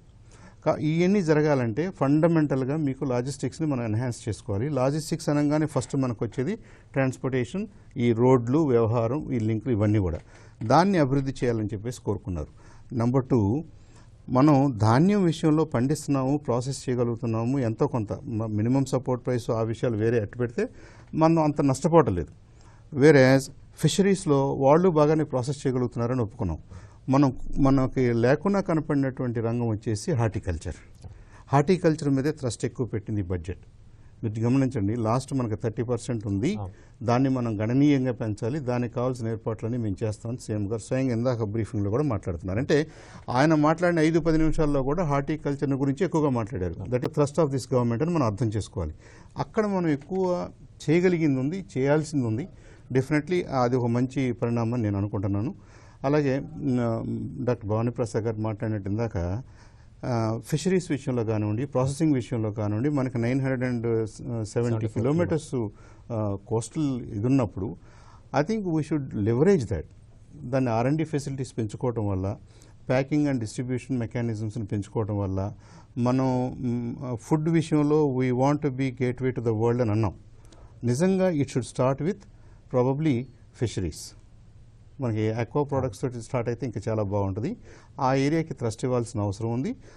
అది క్లియర్గా మనకి తెలియట్లేదు, కానీ I think the government is also thinking about it. ఆ మాటలు నాకైతే అర్థం కాలేదు. Probably the experts will tell you. Aqua plus horticulture, ఈ రెండింటి మీద కూడా గవర్నమెంట్ పెద్ద ఎత్తున పనిచేయబోతుంది. అది మిడిల్ క్లాస్ వాళ్ళకు ఉపయోగపడుద్ది అనేది మనం ఇండైరెక్ట్గా అర్థం చేసుకోవాలి. మిడిల్ క్లాస్లో ఏం కావాలంటే, ఒకటి చదువుకునే వాళ్ళకి మెరుగైన చదువుకునే వస్తువులు, చదువుకున్న వాళ్ళ పర్సంటేజ్ ఎప్పుడు తక్కువే ఉంటుంది. మనకి రూరల్గా ఉన్న యువత కానివ్వండి, రూరల్గా ఎవరైతే పనిచేస్తున్నారో వాళ్ళకి మెరుగైన పనిచేసే అవకాశాలు కావాలి, వాళ్ళ ఇన్కమ్ పెరగాలి. తద్వారా మనకి ఫ్యామిలీ ఇన్కమ్ పెరుగుతుంది. కాబట్టి మిడిల్ క్లాస్ ఇన్కమ్ పెరగటం వల్ల, ఓవరాల్గా పర్చేసింగ్ కెపాసిటీ పెరగటం వల్ల మనకి రేపు జూలై నుంచి వచ్చే GSTలో ఓవరాల్ GST కలెక్షన్స్ ఎక్కువైతే మన షేర్ కూడా ఎక్కువ అవుతుంది. సో ఆంధ్రప్రదేశ్ బాగుపడటం అంటే ఇండైరెక్ట్లీ మన స్పెండింగ్ కెపాసిటీ పెరగాలి, మన పర్చేసింగ్ కెపాసిటీ పెరగాలి. మన పర్చేసింగ్ కెపాసిటీ పెరగాలంటే రూరల్గా మనం డెవలప్ కావాలి. ఏదో సిటీలో ఉన్న 10 మంది ఏదో మాల్స్లోకి వెళ్ళి ఏదో చేస్తే సరిపోదు. ఆ డైరెక్షన్లో ఈ ప్రభుత్వం మూవ్ అవుతుందని నాకు క్లియర్గా అనిపిస్తుంది. I think we should congratulate Yanamala garu, CM garu and his entire team. They have done excellent ground work. అని ఇంతకుముందు హేజీగా ఉండేది, ఇవాళ బ్లాక్ అండ్ వైట్లో ఒక టెక్స్ట్ బుక్లో చెప్పినట్టుగా క్లియర్గా చెప్పగలుగుతున్నారు. రేపు ఎక్స్పెక్టేషన్స్కి రియాలిటీకి గ్యాప్స్ ఉంటాయి. Obviously this is democratic system. ఒత్తిళ్ళు ఉంటాయి, పుల్స్ అండ్ పుషెస్ ఉంటాయి, అదంతా జరుగుద్ది. But they are coming very clean and clear about the numbers and their aspirations, their expectations. ఇదంతా కూడా it is in line with what we want to achieve by 2029 or 2050. కాబట్టి I think it's a very balanced and good budget. Krishnarao garu, ఈ బడ్జెట్లో ఆర్థిక మంత్రి యనమల గారు ప్రవేశపెట్టినటువంటి బడ్జెట్లో విద్యారంగానికి ఎలాంటి ప్రాధాన్యం దక్కింది అనుకుంటున్నారు? అంటే విద్యారంగానికి లాస్ట్ టైం కూడా 20,000 crores హైయర్ ఎడ్యుకేషన్ కానివ్వండి, ప్రైమరీ ఎడ్యుకేషన్ కానీ అలొకేట్ జరిగింది. అదేవిధంగా ఈసారి కూడా ఆల్మోస్ట్ 21,000 crores చేయడం చాలా చాలా అప్రిషియేట్ తగిన విషయం. దాంట్లో కూడా ఎందుకు మనం ఏదైనా ఒక సంఘం డెవలప్ చేయాలంటే బేసిక్గా health and welfare, education and industries. ఈ మూడు ఉంటే ఏమవుతుందంటే ఒక సంఘంలో హ్యాపీగా ఉండే సిచ్యువేషన్ హెల్త్గా రావటం, ఆ తర్వాత ఎడ్యుకేషన్ ద్వారా ఫ్యూచర్ని మనం సస్టైన్ చేయగలుగుతున్నాం. అలాగే ఇండస్ట్రీస్ ద్వారా జాబ్స్ వస్తూ ఉంటాయి, ఎడ్యుకేటెడ్ ఎంప్లాయీ. ఈ విధానంలో ఏం చేశారంటే ఈ మూడింటికే ఆల్మోస్ట్ 29,000 crores అలొకేట్ చేశారు. It's very appreciable thing. నాకు అనిపించింది progressive budget and progressive state అనే విధంగా right allocation for the right time. ఎందుకంటే ఈ రోజున మనకున్న సిచ్యువేషన్ ఏంటంటే ఎడ్యుకేటెడ్ పీపుల్ ఈ రాష్ట్రాన్ని ముందుకు తీసుకెళ్లాలి అనే అభిప్రాయంతో చేసే ప్రయత్నంలో లాస్ట్ ఇయర్ ఈ తగ్గించకుండా కూడా ఇంకా కాస్త కూస్తో అనుకూలంగా పెంచి చేసిన దానికి అభినందనీయం. చాలా ఇంపార్టెంట్ విషయం అది. అలాగే ఇండస్ట్రీస్కి కూడా బాగానే పెంచారు. ఇండస్ట్రీస్ మనం చూసినట్టే 2,500 కోట్లు చేశారు. ఎందుకంటే 10.5% గ్రోత్ని ఎక్స్పెక్ట్ చేశారు కాబట్టి దానికి కూడా కంప్లీట్గా ఎడ్యుకేట్ అవుతుంది. అయితే ఒక ఎడ్యుకేషన్ కాకుండా ఈసారి స్కిల్ డెవలప్మెంట్కి సపరేట్ 398 crores అలొకేట్ చేశారు. స్టాటిస్టిక్స్ కూడా ఇచ్చారు. ఇప్పుడు గత సంవత్సరంలో కానీ అంత ముందు కానీ 151 మందికి స్కిల్ డెవలప్మెంట్ ప్రోగ్రామ్ ట్రైనింగ్ జరిగితే ఒక 36,000 మందికి జాబ్స్ వచ్చినాయని చెప్తున్నారు. I think that's very transparent. అంటే ఎంత తక్కువ ఎంత ఎక్కువ అని వదిలేస్తే స్కిల్ డెవలప్మెంట్ మాత్రం కంప్లీట్గా ఈ ఎడ్యుకేటెడ్ యూత్ని డెవలప్ చేయాల్సిన అవసరం ఉంది. ఎలా అంటే ఇంకా సెంటర్లు ఇప్పుడున్న ఒక 63 సెంటర్లు చాలవు. ప్రతి డిస్ట్రిక్ట్లో కూడా సెంటర్స్ రావాలి, స్కిల్ డెవలప్మెంట్ సెంటర్స్ రావాలి, సాఫ్ట్ స్కిల్స్ డెవలప్ అవ్వాలి, అలా హార్డ్ స్కిల్స్ డెవలప్ అవ్వాలి. ఎక్కడ ఎలాంటి విద్యార్థినైనా సరే రాష్ట్రంలో రాబోయే ఇండస్ట్రియల్ డెవలప్మెంట్ని అనుసంధానం చేసుకోవాలంటే 100% ఎడ్యుకేటెడ్ యూత్కి స్కిల్ డెవలప్మెంట్ అటాచ్ చేయాలి. ఆ విధంగా చేసింది చాలా అభినందనీయం. అలాగే 19 ఇండస్ట్రియల్ ట్రైనింగ్ సెంటర్స్ కూడా వస్తూ ఉన్నాయి. అలాగే train the trainer aspire those people who wanted to train అనమాట. వాళ్ళకు ఒక స్కీమ్ పెట్టేసి అది చేయటం కూడా ఒక మంచి ఉద్దేశపూర్వకంగా అలొకేట్ చేయడం జరుగుతూ ఉంది కాబట్టి వెరీ ఇంట్రెస్టింగ్ థింగ్ అనమాట. అయితే ఇక్కడ హైయర్ ఎడ్యుకేషను, ప్రైమరీ ఎడ్యుకేషన్ మనం చూసినట్టయితే ఎక్కడా కూడా డ్రాప్ అవుట్స్ లేకుండా చూడాల్సిన అవసరం. ఎందుకంటే కొంత నిరాశగా మోస్ట్ ఆఫ్ ది ఎంప్లాయ్మెంట్ మనకి ఏంటంటే అగ్రికల్చర్లోనే వచ్చేస్తుంది. విలేజ్లో ఉండేవాళ్ళు కూడా ఆటోమేటిక్గా సస్టైన్ అయిపోతున్నారు. కానీ ఇప్పుడు ఈ కృష్ణా, గుంటూరు, ఈ అమరావతి రీజన్లో ఏమైందంటే చాలామంది రైతు పిల్లలకి ఈ రోజున వ్యవసాయం లేదు. So they are educated also. అలాంటి వాళ్ళకి ఈ అలొకేషన్స్ చాలా ఉపయోగపడతాయి. దీంతో పాటుగా ఇండస్ట్రీకి మనం అలొకేట్ చేశారు ఒక 2,500 crores. దాంట్లో సబ్సిడీ పరంగా వచ్చే కానివ్వండి, లేకపోతే ఎస్ఎంఈస్కి ఈ రోజున ఎస్ఎంఈస్ కూడా సపరేట్గా అలొకేట్ చేశారు. ఈ ఎస్ఎంఈస్కి అంటే సెల్ఫ్ ఎంప్లాయ్మెంట్ని డెవలప్ చేసేలాగా ఆ ఎడ్యుకేటెడ్ యూత్ ఒక రకంగా ఉద్యోగాలకి మనకి తక్కువైపోయిన ఉద్యోగ వృత్తి రావటం. That's wonderful thing. అంటే అక్కడ ఒక లాజికల్గా కంక్లూడ్ చేస్తూ వచ్చారు. ఎడ్యుకేషన్ అవుతా ఉంది, ఆ తర్వాత యూత్కి ఒక 500 crores చాలుతాయో బట్ నిరుద్యోగ వృత్తిని చేయాలనే ఉద్దేశం ఉంది. బట్ ఆ స్కీమ్ ఇంకా తెలియపరచలేదు. బట్ 500 crores ఎంతవరకు సరిపోతాయి? 50 lakh పాపులేషన్ ఉన్నారు ఇప్పుడు 18 నుంచి 23 ఏజ్లో గ్రూప్లో ఎడ్యుకేషన్ అయిపోయి రెడీగా ఉన్నవాళ్ళు ఎంప్లాయ్మెంట్ కోసం ఉన్నారు. కాబట్టి ఎడ్యుకేషన్కి ఇచ్చిన ఫండ్స్తో పాటు, నిరుద్యోగ వృత్తికి ఇచ్చే ఫండ్స్తో పాటు, ఇండస్ట్రియల్ డెవలప్మెంట్ ఫండ్స్తో పాటు I think there is a growth route ఏర్పడతా ఉందని నిరుద్యోగ వృత్తికి ఇచ్చే విధంగా యువకులను కూడా సామాజిక కార్యక్రమాలకు వాడుకుంటామని చెప్పి కూడా ప్రభుత్వం చెప్తుంది అన్నారు. అదే ఒక టైఅప్. ఎందుకంటే ఒక అతనికి ఇప్పుడు 2,000 3,000 ఇస్తున్నాం అనుకోండి, బట్ ఈ should be useful to the society కదా. గవర్నమెంట్ డబ్బు తీసుకుంటున్నప్పుడు అతను కంట్రిబ్యూట్ చేయాల్సిన అవసరం ఉంది. నీకు జాబ్ లేదు కాబట్టి, నువ్వు సెల్ఫ్ ఎంప్లాయిడ్గా లేవు కాబట్టి నువ్వు you should be useful to the society. దానికి కొన్ని స్కీమ్స్ ఉన్నాయి. ఇప్పుడు మళ్ళీ స్వచ్ఛ భారత్ కార్యక్రమం కిందను ఇప్పుడు ఇదివరకు డాక్టర్ని విలేజ్లో ఒక సంవత్సరం అంతా ఉండమనేవాళ్ళు. ఎందుకంటే that is a self, doctor మీద కొన్ని లక్షలు ఖర్చు పెడుతున్నాం. అలాంటప్పుడు అతను యూస్ఫుల్గా ఉండాలి సొసైటీకి. అదేవిధంగా ఈ ఎడ్యుకేటెడ్కి ఇచ్చే నిరుద్యోగ వృత్తి కూడా ఖచ్చితంగా గవర్నమెంట్ తరపున ఉండే స్కీమ్స్ ద్వారా కానీ వాళ్ళని ఉపయోగపరచుకుంటే చాలా బాగుంటుంది ప్రోగ్రెస్. నిధుల కేటాయింపు కూడా ఫ్యూచర్ ఇన్వెస్ట్మెంట్ అని చెప్పచ్చా ప్రభుత్వం తరఫున? మీకు ఇప్పుడు మన ఈ నిధుల కేటాయింపు 2 పద్ధతులు ఉందండి. ఒకటి ఎడ్యుకేషన్ మీద చేసేది, నిరుద్యోగ వృత్తి ఇవ్వటం వలన మనం ఫ్యూచర్ని ఒక యూత్ కోసం బిల్డప్ చేస్తున్నాం.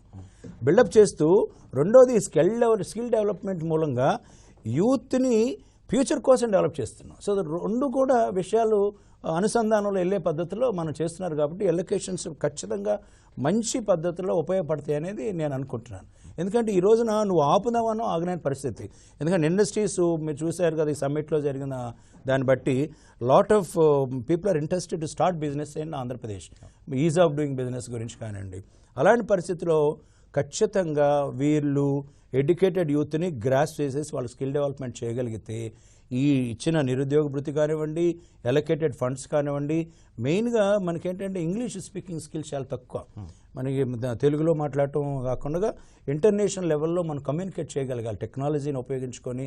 అది కూడా మనమే అడ్వాన్స్డ్గా ఉన్నాం కాబట్టి దాన్ని నేర్చుకోవాలనుకుని ప్రతి వాడికి కూడా స్మార్ట్ ఫోన్ గురించి కంప్లీట్ అయిన అవగాహన ఇంగ్లీష్లో స్కిల్స్ ఉండాలి కాబట్టి, మాట్లాడే స్కిల్స్ కానీ లేకపోతే రాసే స్కిల్స్ కానీ ఉండాలి కాబట్టి టెక్నాలజీని ఉపయోగించాలంటేనే 100% నీకు ఇంగ్లీష్ వచ్చి ఉండాలి. సో దాన్ని డెవలప్ చేస్తూ వెళ్తే దానికి కూడా ఈ ఫండ్స్ని కానీ అలొకేట్ చేస్తే ఖచ్చితంగా ఉపయోగిస్తే మంచి ప్రోగ్రెస్ని మనం చూడగలుగుతాం. శివాజీ గారు, ప్రధానంగా ఈ గ్రామీణాభివృద్ధి చూసుకుంటే దాదాపు 19,565 కోట్ల రూపాయల మేర బడ్జెట్లో కేటాయించారు. ఈ వ్యవసాయానికేమో 9,091 కోట్లు కేటాయించారు. ఇవి ఈ బడ్జెట్ సరిపోతుంది, ఈ కేటాయింపులు సరిపోతాయంటారా? ప్రభుత్వం చెప్పేదానికి ఈరోజు ఈ బడ్జెట్ అంకెలకి కనుక చూసినట్టయితే చాలా తేడా ఉంది. ఈ మొత్తం బడ్జెట్లో రాష్ట్ర ప్రభుత్వం ఆదాయం 37%. కదమన్నీ కూడా ఇతర ప్రాంతాల నుంచి ఒక 20% అప్పు తీసుకురావటం, ఒక 40% లోపు కేంద్రం నుంచి రాబడి వచ్చిందని చెప్తా ఉన్నారు. ముఖ్యమంత్రి గారు డాష్ బోర్డు కనుక చూసినట్టయితే గత కేటాయింపులు ఖర్చు చూసినట్టయితే చాలా అస్థిమ శాఖాంతం తేడా ఉంది. అందులో డాష్ బోర్డులో ఇప్పుడు చూస్తే అసలు పొంతన కనపడతల్లా. మేమేమంటామంటే గ్రామీణాభివృద్ధి కానీ, వ్యవసాయ రంగం కానీ, నీటిపారుదల రంగం కానీ అసలు పోయిన సంవత్సరం కేటాయింపులు ఎంత, ఖర్చు ఎంత, దీని మీద ఒక వాస్తవ పత్రం డిబేట్కి అసెంబ్లీ సమావేశాలకు ముందు రోజునే ప్రధాన ప్రతిపక్ష నాయకులకి లేకపోతే ఆ పార్టీ శాసనసభ్యులకి, గౌరవ శాసనసభ్యులకి ఇచ్చినట్టయితే ఒక అధికార యంత్రాంగం సరిగ్గా చేస్తుందా లేదా ఒక బెంచ్ మార్క్, ఒక చెకింగ్ చేసుకోవడానికి అవకాశం ఉంటుంది. ఆ టైం లేకుండా మనం వృద్ధి రేటు పెంచుకుంటాం. ఇప్పుడు ముఖ్యమంత్రి గారు చెప్పిన దాని ప్రకారం ఈరోజు 28% వర్షాధారం తక్కువగా ఉంది అని చెప్తున్నారు, 14% వృద్ధి సాధించామని చెప్తా ఉన్నారు. ఇది అంటే వాస్తవానికి వ్యవసాయ రంగంలో కూడా వృద్ధి నమోదైంది చెప్తుంది. ఇదేంటంటే జలీల్ ఖాన్ చెప్పినట్టు ఫిజిక్స్ లెక్కలాగా ఉన్నాయి. జలీల్ ఖాన్ ఏంటి ఇప్పుడు నిన్న కాక మొన్న కృష్ణ పుష్కరాల సందర్భం అప్పుడు ఖరీఫ్ సీజన్ బిగినైంది. ఖరీఫ్ సీజన్ బిగిన అందరూ ఏరుబాక చేసుకుని బ్రహ్మాండంగా చేసుకున్నారు. కానీ కృష్ణ పుష్కరాలకి కాలువలకు నీళ్ళు ఆపేశారు. మన కృష్ణా ఉదాహరణగా చూసుకుంటే అప్పుడు దాదాపు 20 రోజుల పాటు నీళ్ళు లేక అవన్నీ కూడా నారుమళ్ళు నీళ్ళు అని దున్నేసిన కనపడతా ఉంది. మన జిల్లాలో సగానికి సగం అసలు జరగల, అసలు ఇది జరగలేదు, వ్యవసాయ పనులు జరగల. ఈ పరిస్థితుల్లో మనం అంతా కూడా పట్టిసీమ నుంచి నీళ్ళు వచ్చేసినాయి, డబల్గా పెరిగింది, ఉత్పత్తి పెరిగింది, ఆహార ధాన్యాలు పెరిగినాయి, బ్రహ్మాండంగా ఉందని ఏ విధంగా చెప్తారని మాకైతే అర్థం కావట్లేదు. ఇప్పుడంటే 13,350 రెయిన్ గన్నులు తీసుకొచ్చి 6 లక్షల ఎకరాల్లో ఇవన్నీ కూడా వాస్తవ దూరం. అధికార యంత్రాంగం ప్రభుత్వాన్ని తప్పుదోవ పట్టిస్తుందో, ప్రభుత్వమే ప్రజలను తప్పుదోవ పట్టిందో మాకైతే అర్థం కావట్లేదు. కానీ ఏదైనా ముఖ్యమంత్రి గారు ఈ కేటాయింపుల్లో ఈ కేటాయింపులు అవి రైతుకు అందాలి. ఇప్పుడు మన డినామినేషన్ జరిగింది, అప్పుడు రబీ సీజన్ బిగిన్ అయింది. 3 నెలల పాటు ఎవరికి అసలు డబ్బులు ఉన్న వాళ్ళకి డబ్బులు, ఇంకా రైతులకి డబ్బులు ఎక్కడ ఇస్తారు? ఇంకా అభివృద్ధి ఎక్కడ జరిగింది? మేమేమంటామంటే మీరు పారదర్శకంగా జిల్లా యంత్రాంగాన్ని లేదా ఇంకొకళ్ళు బాధ్యులు చేసి నామినల్ వడ్డీలకి, పావల వడ్డీకి కానీ, వడ్డీ లేని రుణాలు కానీ, ₹1,00,000 లోపు కానీ, ₹3,00,000 కానీ అవి కనుక ఎక్కువ ఇచ్చినట్టయితే బ్రహ్మాండంగా ఉంటుంది. సకాలంలో నీరు అందించే దానికోసం చేస్తే ప్రభుత్వం మీద భారం లేకుండా ఉంటుంది. వాళ్ళు స్వయంగా వాళ్ళు వ్యవసాయం చేసుకునే దానికి అవకాశం ఉంటుంది. ఆ విధంగా నీటిపారుదల రంగానికి కేటాయింపులు కానీ, వ్యవసాయ రంగానికి కానీ, గ్రామీణాభివృద్ధికి కానీ ఇవన్నీ చేసినట్టయితే బాగుంటుంది తప్ప ఇది కేవలం మనం కూడా శరవేగంగా దూసుకుపోతున్నాం అని చెప్పడం కోసం ఇది ఉపయోగపడుతుంది తప్ప ఏదైనా ఇప్పుడు ముఖ్యమంత్రి గారు చేసిన కేటాయింపులు ఇంకొద్దిగా ఇప్పుడు పావల వడ్డీ దానికి 172 కోట్లని ఇంకొక ఇవన్నీ కూడా ఇంకొంత పెంచితే బాగుండేదని చెప్పి నా అభిప్రాయం. రైట్. మురళీకృష్ణ గారు, వాస్తవానికి పర్యాటక రంగం కూడా ఈ రాష్ట్ర వృద్ధి 2 అంకెల వృద్ధిలో కీలక పాత్ర పోషించబోతుంది. దీనికి సంబంధించి కేటాయింపులు కూడా పెంచుతామని చెప్పి ముఖ్యమంత్రి గారు కూడా చెప్తున్నారు. ప్రభుత్వం ఆ తరహాలోనే వ్యవహరిస్తున్నారు. మన ప్రాంతాన్ని, ఈ ప్రాంతాలు కోస్తా తీరం మొత్తాన్ని పర్యాటక రంగంగా కానీ ఎట్లా వృద్ధి చేసుకునే అవకాశం ఉందంటారు? దీనికి ఎలాంటి చర్యలు ప్రభుత్వం చేస్తే బాగుండేది అంటారు? బడ్జెట్ పర్యాటక రంగానికి ఈ బడ్జెట్లో 285 crores అలొకేట్ చేయడం జరిగిందండి. ఎందుకంటే హైయెస్ట్ ఫారిన్ ఎక్స్చేంజ్ వచ్చే సెక్టార్ పర్యాటక రంగం. హైయెస్ట్ ఎంప్లాయ్మెంట్ జనరేషన్ ఇచ్చే రంగం కూడా పర్యాటక రంగం. మూమెంట్ ఆఫ్ పీపుల్ కూడా ఏంటంటే పర్యాటక రంగాన్ని బట్టి ఓవరాల్గా అదర్ ఇండస్ట్రీస్ కూడా ఇంపాక్ట్ ఉంటుందండి. ఎందుకంటే నెంబర్ ఆఫ్ ఫారినర్స్ కానీ విజిటర్స్ వచ్చినప్పుడు ఏమవుతుందంటే ఆ ఎలైడ్గా మొత్తం ఓవరాల్గా కూడా ఎకానమీలో కొంచెం చేంజ్ ఉంటుంది ఏ సిటీలో కూడా. యాక్చువల్గా మనకుంటే ఆపర్చునిటీకి వచ్చేసరికి ఏంటంటే మనకి కోస్టల్ క్యాడర్ ఆల్మోస్ట్ 970 కిలోమీటర్స్, ఇండియాలో హైయెస్ట్ కోస్టల్ క్యాడర్ ఉన్న సిటీ అందరూ తెలిసింది. యాక్చువల్గా దానికి ఏంటంటే కోస్టల్ క్యాడర్ మనకి బీచ్ రిసార్ట్స్ డెవలప్ అవ్వాలంటే ఏంటంటే మనకు అందరూ కూడా ఇండియాలో ఎవరు వచ్చినా ఫస్ట్ కేరళ కానీ గోవా కానీ వెళ్తున్నారు. యాక్చువల్గా ఆంధ్ర ఇంకా ఫోకస్ అవ్వాలి. అది అంటే మార్కెటింగ్ ఏంటంటే ఏపీకి కూడా మనం దాన్ని మార్కెట్ చేయాల్సి వస్తుంది. అరైవల్ వీసా కూడా ఏమవుతుందంటే మన ఇండియా నుంచి ఎవరైనా వచ్చేవాళ్ళు కంబైన్ స్టేట్ కూడా అందరూ హైదరాబాద్ ల్యాండ్ అయ్యి ఇక్కడ రావడమే తప్పితే డైరెక్ట్గా మనకు మన స్టేట్లో ఎక్కడ ఎయిర్పోర్ట్లో కూడా ఆ ఫెసిలిటీ లేదు. ఇమీడియట్గా మనకి వైజాగ్ ఒకటి అది షిఫ్ట్ చేయాలి. హైదరాబాద్ కాకుండా వైజాగ్లో కూడా మనకు డైరెక్ట్గా ల్యాండ్ అయినా కూడా మళ్ళీ అది ఆన్ అరైవల్ పోర్ట్ ఆఫ్ ఇది వస్తే కనుక ఏమవుతుందంటే మనకి డైరెక్ట్గా లేకపోతే అందరూ హైదరాబాద్ నుంచి ఇక్కడ రావడం జరుగుతుంది. అదొకటి ఇమీడియట్గా చేంజ్ చేయాల్సి వస్తుంది. ఈ బీచ్ రిసార్ట్స్ కింద ఏంటంటే మనం ఈ కోస్టల్ ఏరియాని కొంచెం కోస్టల్ రెగ్యులేషన్స్ కూడా ఉండండి. ఆ రిలాక్సేషన్ ఇమీడియట్గా, ఎందుకంటే గవర్నమెంట్ పాపం టూరిజం పాలసీ మంచి పాలసీ అనౌన్స్ చేసినా కూడా ఏమవుతుంది వచ్చే ప్రమోటర్స్కి ఏంటంటే కోస్టల్ రెగ్యులేషన్స్ కూడా ఉన్నాయి. ఆ రిలాక్సేషన్స్ అని గవర్నమెంట్ కూడా ఇమీడియట్గా వాళ్ళు సింగిల్గా మొత్తం తీసుకొస్తే రిసార్ట్స్ డెవలప్ అయ్యి నెంబర్ ఆఫ్ ఫారినర్స్ ఈ రిసార్ట్స్ బేస్ మీద ఎక్కువ మంది వచ్చే అవకాశం ఎక్కువ ఉందండి. అట్లా వాటర్ స్పోర్ట్స్ ఒకటి, ఇంకా వాటర్ స్పోర్ట్స్ కూడా మన సైడ్ ఎక్కడ వాటర్ స్పోర్ట్స్ పెద్దగా ఎక్కడ డెవలప్ అవ్వాలి. మన కృష్ణా నది మనకి చాలా బ్యూటిఫుల్ అవకాశం ఉంది కాబట్టి ఈ వాటర్ స్పోర్ట్స్ ఒకటి ఉంది. అట్లా హెల్త్ టూరిజం ఒకటి, లేకపోతే విలేజ్ టూరిజం ఒకటి. ఎందుకు బాగా పొటెన్షియల్ ఏరియాస్ ఏంటంటే మరి మనం గల్ఫ్ కంట్రీస్ అన్నీ కూడా ఏమవుతుంది ఎక్కువ కేరళ వెళ్తున్నారు ఈ హెల్త్ టూరిజం అంతా కూడా. మనకేంటే కోస్టల్గా మనం రేపు 19th మేము కూడా చాంబర్ తరఫున ఒక సెమినార్ కండక్ట్ చేస్తున్నాం ఇక్కడ రాజమండ్రి దగ్గర ఉన్న పాలవేలు ఒక రిసార్ట్లో. ఎందుకంటే ఆ ఉన్న ఆపర్చునిటీస్ చూస్తే ఏమవుతుందంటే మన ఆ ఏరియా కోస్టల్ ఏరియాలో ఉన్న ఏరియా పాకెట్స్ అన్నీ కూడా మనం కంపేర్ టు కేరళ మనం అక్కడ డెవలప్ చేయడానికి అవకాశాలు ఎక్కువ ఉంటాయి. కాబట్టి ఆ పొటెన్షియల్ ఇన్వెస్టర్స్ మీద ఒక సెమినార్ అన్ని కండక్ట్ చేస్తాం మేము, మా వరకు మేము చేస్తాం. ఇక హోటల్స్కి వచ్చేసరికి ఏమవుతుందంటే మనకి విజయవాడ ఎట్ ద మూమెంట్కి వచ్చేసరికి మన స్టేట్లో కూడా నెంబర్ ఆఫ్ స్టార్ హోటల్స్ ఎక్కువ లేవు. నేను పెద్ద ఇంటర్నేషనల్ కాన్ఫరెన్స్ జరగాలంటే ఏంటంటే ఇన్ఫ్రాస్ట్రక్చర్ పరంగా మనకి కన్వెన్షన్ సెంటర్స్ లేవు. యాక్చువల్ కన్వెన్షన్ సెంటర్ అనుకుంటున్నాం కానీ ఇప్పుడు కన్వెన్షన్ సెంటర్ గవర్నమెంట్ తరఫున కూడా పాపం వాళ్ళు ప్రయత్నం చేస్తున్నారు కానీ ఏది రియల్గా కార్యరూపం దాల్చలేదు. కాబట్టి దానికి ప్రైవేట్ ఇన్వెస్టర్స్ని రావాలంటే కనుక వాళ్ళ ల్యాండ్లో వాళ్ళు కన్స్ట్రక్ట్ చేసుకున్న కొంచెం రిలాక్సేషన్స్ కొంచెం ఎక్కువ ఇస్తే ఏమవుతుంది తొందరగా నెంబర్ ఆఫ్ కన్వెన్షన్ సెంటర్స్ వస్తే ఏమవుతుందంటే ఇప్పుడు ఏ కన్వెన్షన్ జరగాలన్నా హైదరాబాద్ దొరుకుతుంది కానీ ఆ స్కేల్ ఆఫ్ కన్వెన్షన్ మనకి మన స్టేట్లో ఎక్కువ లేవు, అసలు లేవు. యాక్చువల్ చెప్పాలంటే మనకి అది వైజాగ్లో ఉండాలి, విజయవాడ ఉండాలి, తిరుపతి అన్ని ఇంపార్టెంట్ సిటీస్లో కన్వెన్షన్ సెంటర్స్ ఉండాలి. Supported by number of 5 star and 4 star hotel room inventory కూడా పెరగాల్సిన దాని డిమాండ్ ఉంది. కాబట్టి గవర్నమెంట్తో పాటు మేము కూడా ఛాంబర్ ఆఫ్ కామర్స్ తరఫున ప్రతి సిటీలో కూడా మేము సెమినార్స్ కండక్ట్ చేసి గవర్నమెంట్ పాలసీస్ కూడా ప్రజలకు ఎక్కువగా తీసుకెళ్ళడానికి ప్రయత్నం చేస్తున్నాం అండి మేము కూడా. అంటే పుష్కరాలు కానీ మహిళా పార్లమెంట్ కానీ తర్వాత ఇతర కార్యక్రమాలు కూడా పెద్ద ఎత్తున నిర్వహించినటువంటి పరిస్థితి. అవును, దాన్ని మీరు ఎట్లా చూస్తారు?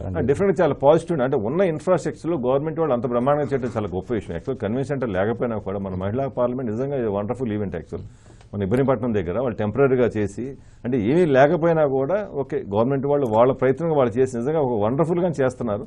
అటువంటి ఈవెంట్లు నెంబర్ ఆఫ్ ఈవెంట్స్ జరగాలంటే ఏంటంటే నెంబర్ ఆఫ్ ఇన్ఫ్రాస్ట్రక్చర్ ఆ పరంగా కూడా ఎక్కువగా పెరగాల్సిన ఆవశ్యకత ఉందండి. వైజాగ్తో పాటు మన కోస్టల్ ఏరియాలో కూడా కనీసం ఆ టైప్ ఆఫ్ కన్వెన్షన్ సెంటర్లు కానీ, ఎందుకంటే ఒక పెద్ద ఈవెంట్ అట్లా జరగాలని ఫస్ట్ వరీ అవుతుంది. ఎందుకంటే నెంబర్ ఆఫ్ రూమ్స్ కూడా ఎలకేట్ చేయడానికి ఫారినర్స్ వస్తాయి. ఎందుకంటే ఇప్పుడు దాకా మరి మన సి గ్రేడ్ సిటీగా డెవలప్ అయింది, క్యాపిటల్ అయితే ఇప్పుడు కనీసం సడన్గా ఏ గ్రేడ్ సిటీ అయింది. కాబట్టి ఏ గ్రేడ్ సిటీకి సంబంధించి నెంబర్ ఆఫ్ ఇన్వెంటరీ కూడా కనీసం 10-fold పెరగాల్సిన అవకాశం ఉంది. ఈ టూరిజం పాలసీ, ఈ ఇన్ఫ్రాస్ట్రక్చర్ క్రియేట్ చేసే 285 crores ఫండ్స్, ఈ మార్కెటింగ్ వ్యవస్థతో డెఫినెట్గా కమింగ్ 2 yearsలో చాలా చేంజెస్ వస్తాయని నేను భావిస్తున్నానండి. సాంసరావు గారు, ఆరోగ్య రంగానికి సంబంధించి 7,000 కోట్ల రూపాయలు కేటాయింపులు చేశారు. ఇవి సరిపోతాయా లేకపోతే ప్రస్తుతం ప్రభుత్వం చేపట్టినటువంటి పథకాలన్నింటికి కూడా ఈ కేటాయింపులు అనేవి సరిపోతాయంటారు? వెల్, ఇది ఇంక్రిమెంటల్లీ మనం పోయినసారి కంటే ఈసారి మెరుగైన అలొకేషన్స్ ఇచ్చారు. సరిపోదా అనేది ఇట్స్ ఏ బిగ్గర్ క్వశ్చన్ అండి నా ఉద్దేశం. ఉన్నంతలో ఇప్పుడు మనం మీన్స్ని చూసుకోవాలి, మన మీద ఉన్న డిమాండ్స్ చూసుకోవాలి. ఇప్పుడు 100+ ఐటమ్స్ కలెక్షన్స్ ఇస్తూ ప్రతి ఐటమ్ కూడా జస్టిస్ చేయగలిగారు. నిజంగా అవకాశం ఉండి మనం చేయగలిగితే ఈ డిపార్ట్మెంట్స్ అందరూ ఇచ్చిన వాళ్ళ ఎక్స్పెక్టెడ్ అలొకేషన్స్ 2,30,000 crores అట. అంటే మనం ఎంత షార్టేజ్ ఉంది ఇప్పుడు, మనకు దాదాపు 70-80 వేల కోట్ల షార్టేజ్లో ఉన్నాం ఒక రకంగా చూస్తే. అంటే capability based, need based budgeting చేయగలిగి ఉంటే మనం అంత రిసోర్సెస్ మనకు ఉండుంటే 2,30,000 కోట్ల బడ్జెట్గా ఈసారి రావాలి. అప్పుడు అన్ని డిపార్ట్మెంట్స్కి వాళ్ళ ఎక్స్పెక్టేషన్స్ మీట్ అయ్యేవాళ్ళు. అది లేదు కాబట్టి కొంత మనం సర్దుకుంటున్నాం.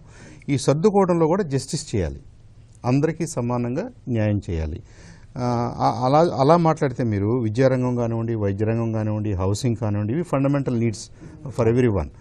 ఈ నీడ్స్ని సాటిస్ఫై చేసే విధంగా ఉన్న రిసోర్సెస్ని జాగ్రత్తగా వీళ్ళు పంచారని మనం అనుకోవాలి. వైద్య రంగానికి మనం ఏం కోరుకుంటున్నామంటే పిహెచ్సిల్ని బలోపేతం చేయాలి, గవర్నమెంట్ హాస్పిటల్స్, జనరల్ హాస్పిటల్స్ని బలోపేతం చేయాలి.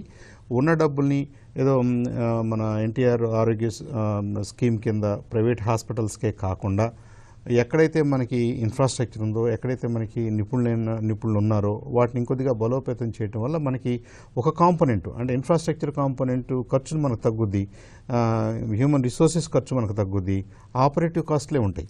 కాబట్టి మనం బయట ఎక్కడో ₹1,00,000 ఇచ్చి ఏదైనా చేసే కంటే మన గవర్నమెంట్ హాస్పిటల్ ఎటు మనం ఖర్చు పెడుతున్నాం కాబట్టి అది 5,000, 10,000 అడిషనల్ ఆపరేటివ్ కాస్ట్ అయిపోద్ది అనే ఆర్గ్యుమెంట్కి బలం చేకూర్చే విధంగా I think they are trying. మనం రాబోయే కాలంలో చూడాలి. ఇప్పుడు డాక్టర్ కామినేని శ్రీనివాస్ గారు జీజీహెచ్ గుంటూరు జనరల్ హాస్పిటల్లో నీ సర్జరీ చేయించుకున్నారు. These are very symbolic things. అంటే we are confident of our system. మన గవర్నమెంట్ హాస్పిటల్స్ బాగానే ఉన్నాయి, మీరు కూడా వెళ్ళండి అని చెప్తున్నాం మనం. కాకపోతే ప్రజానీకంలో ఏంటంటే ఒక అపోహ ఉంది, అది ఓవర్ ఇయర్స్ వచ్చిన అపోహ, ఇప్పుడు వచ్చిందని కాదు.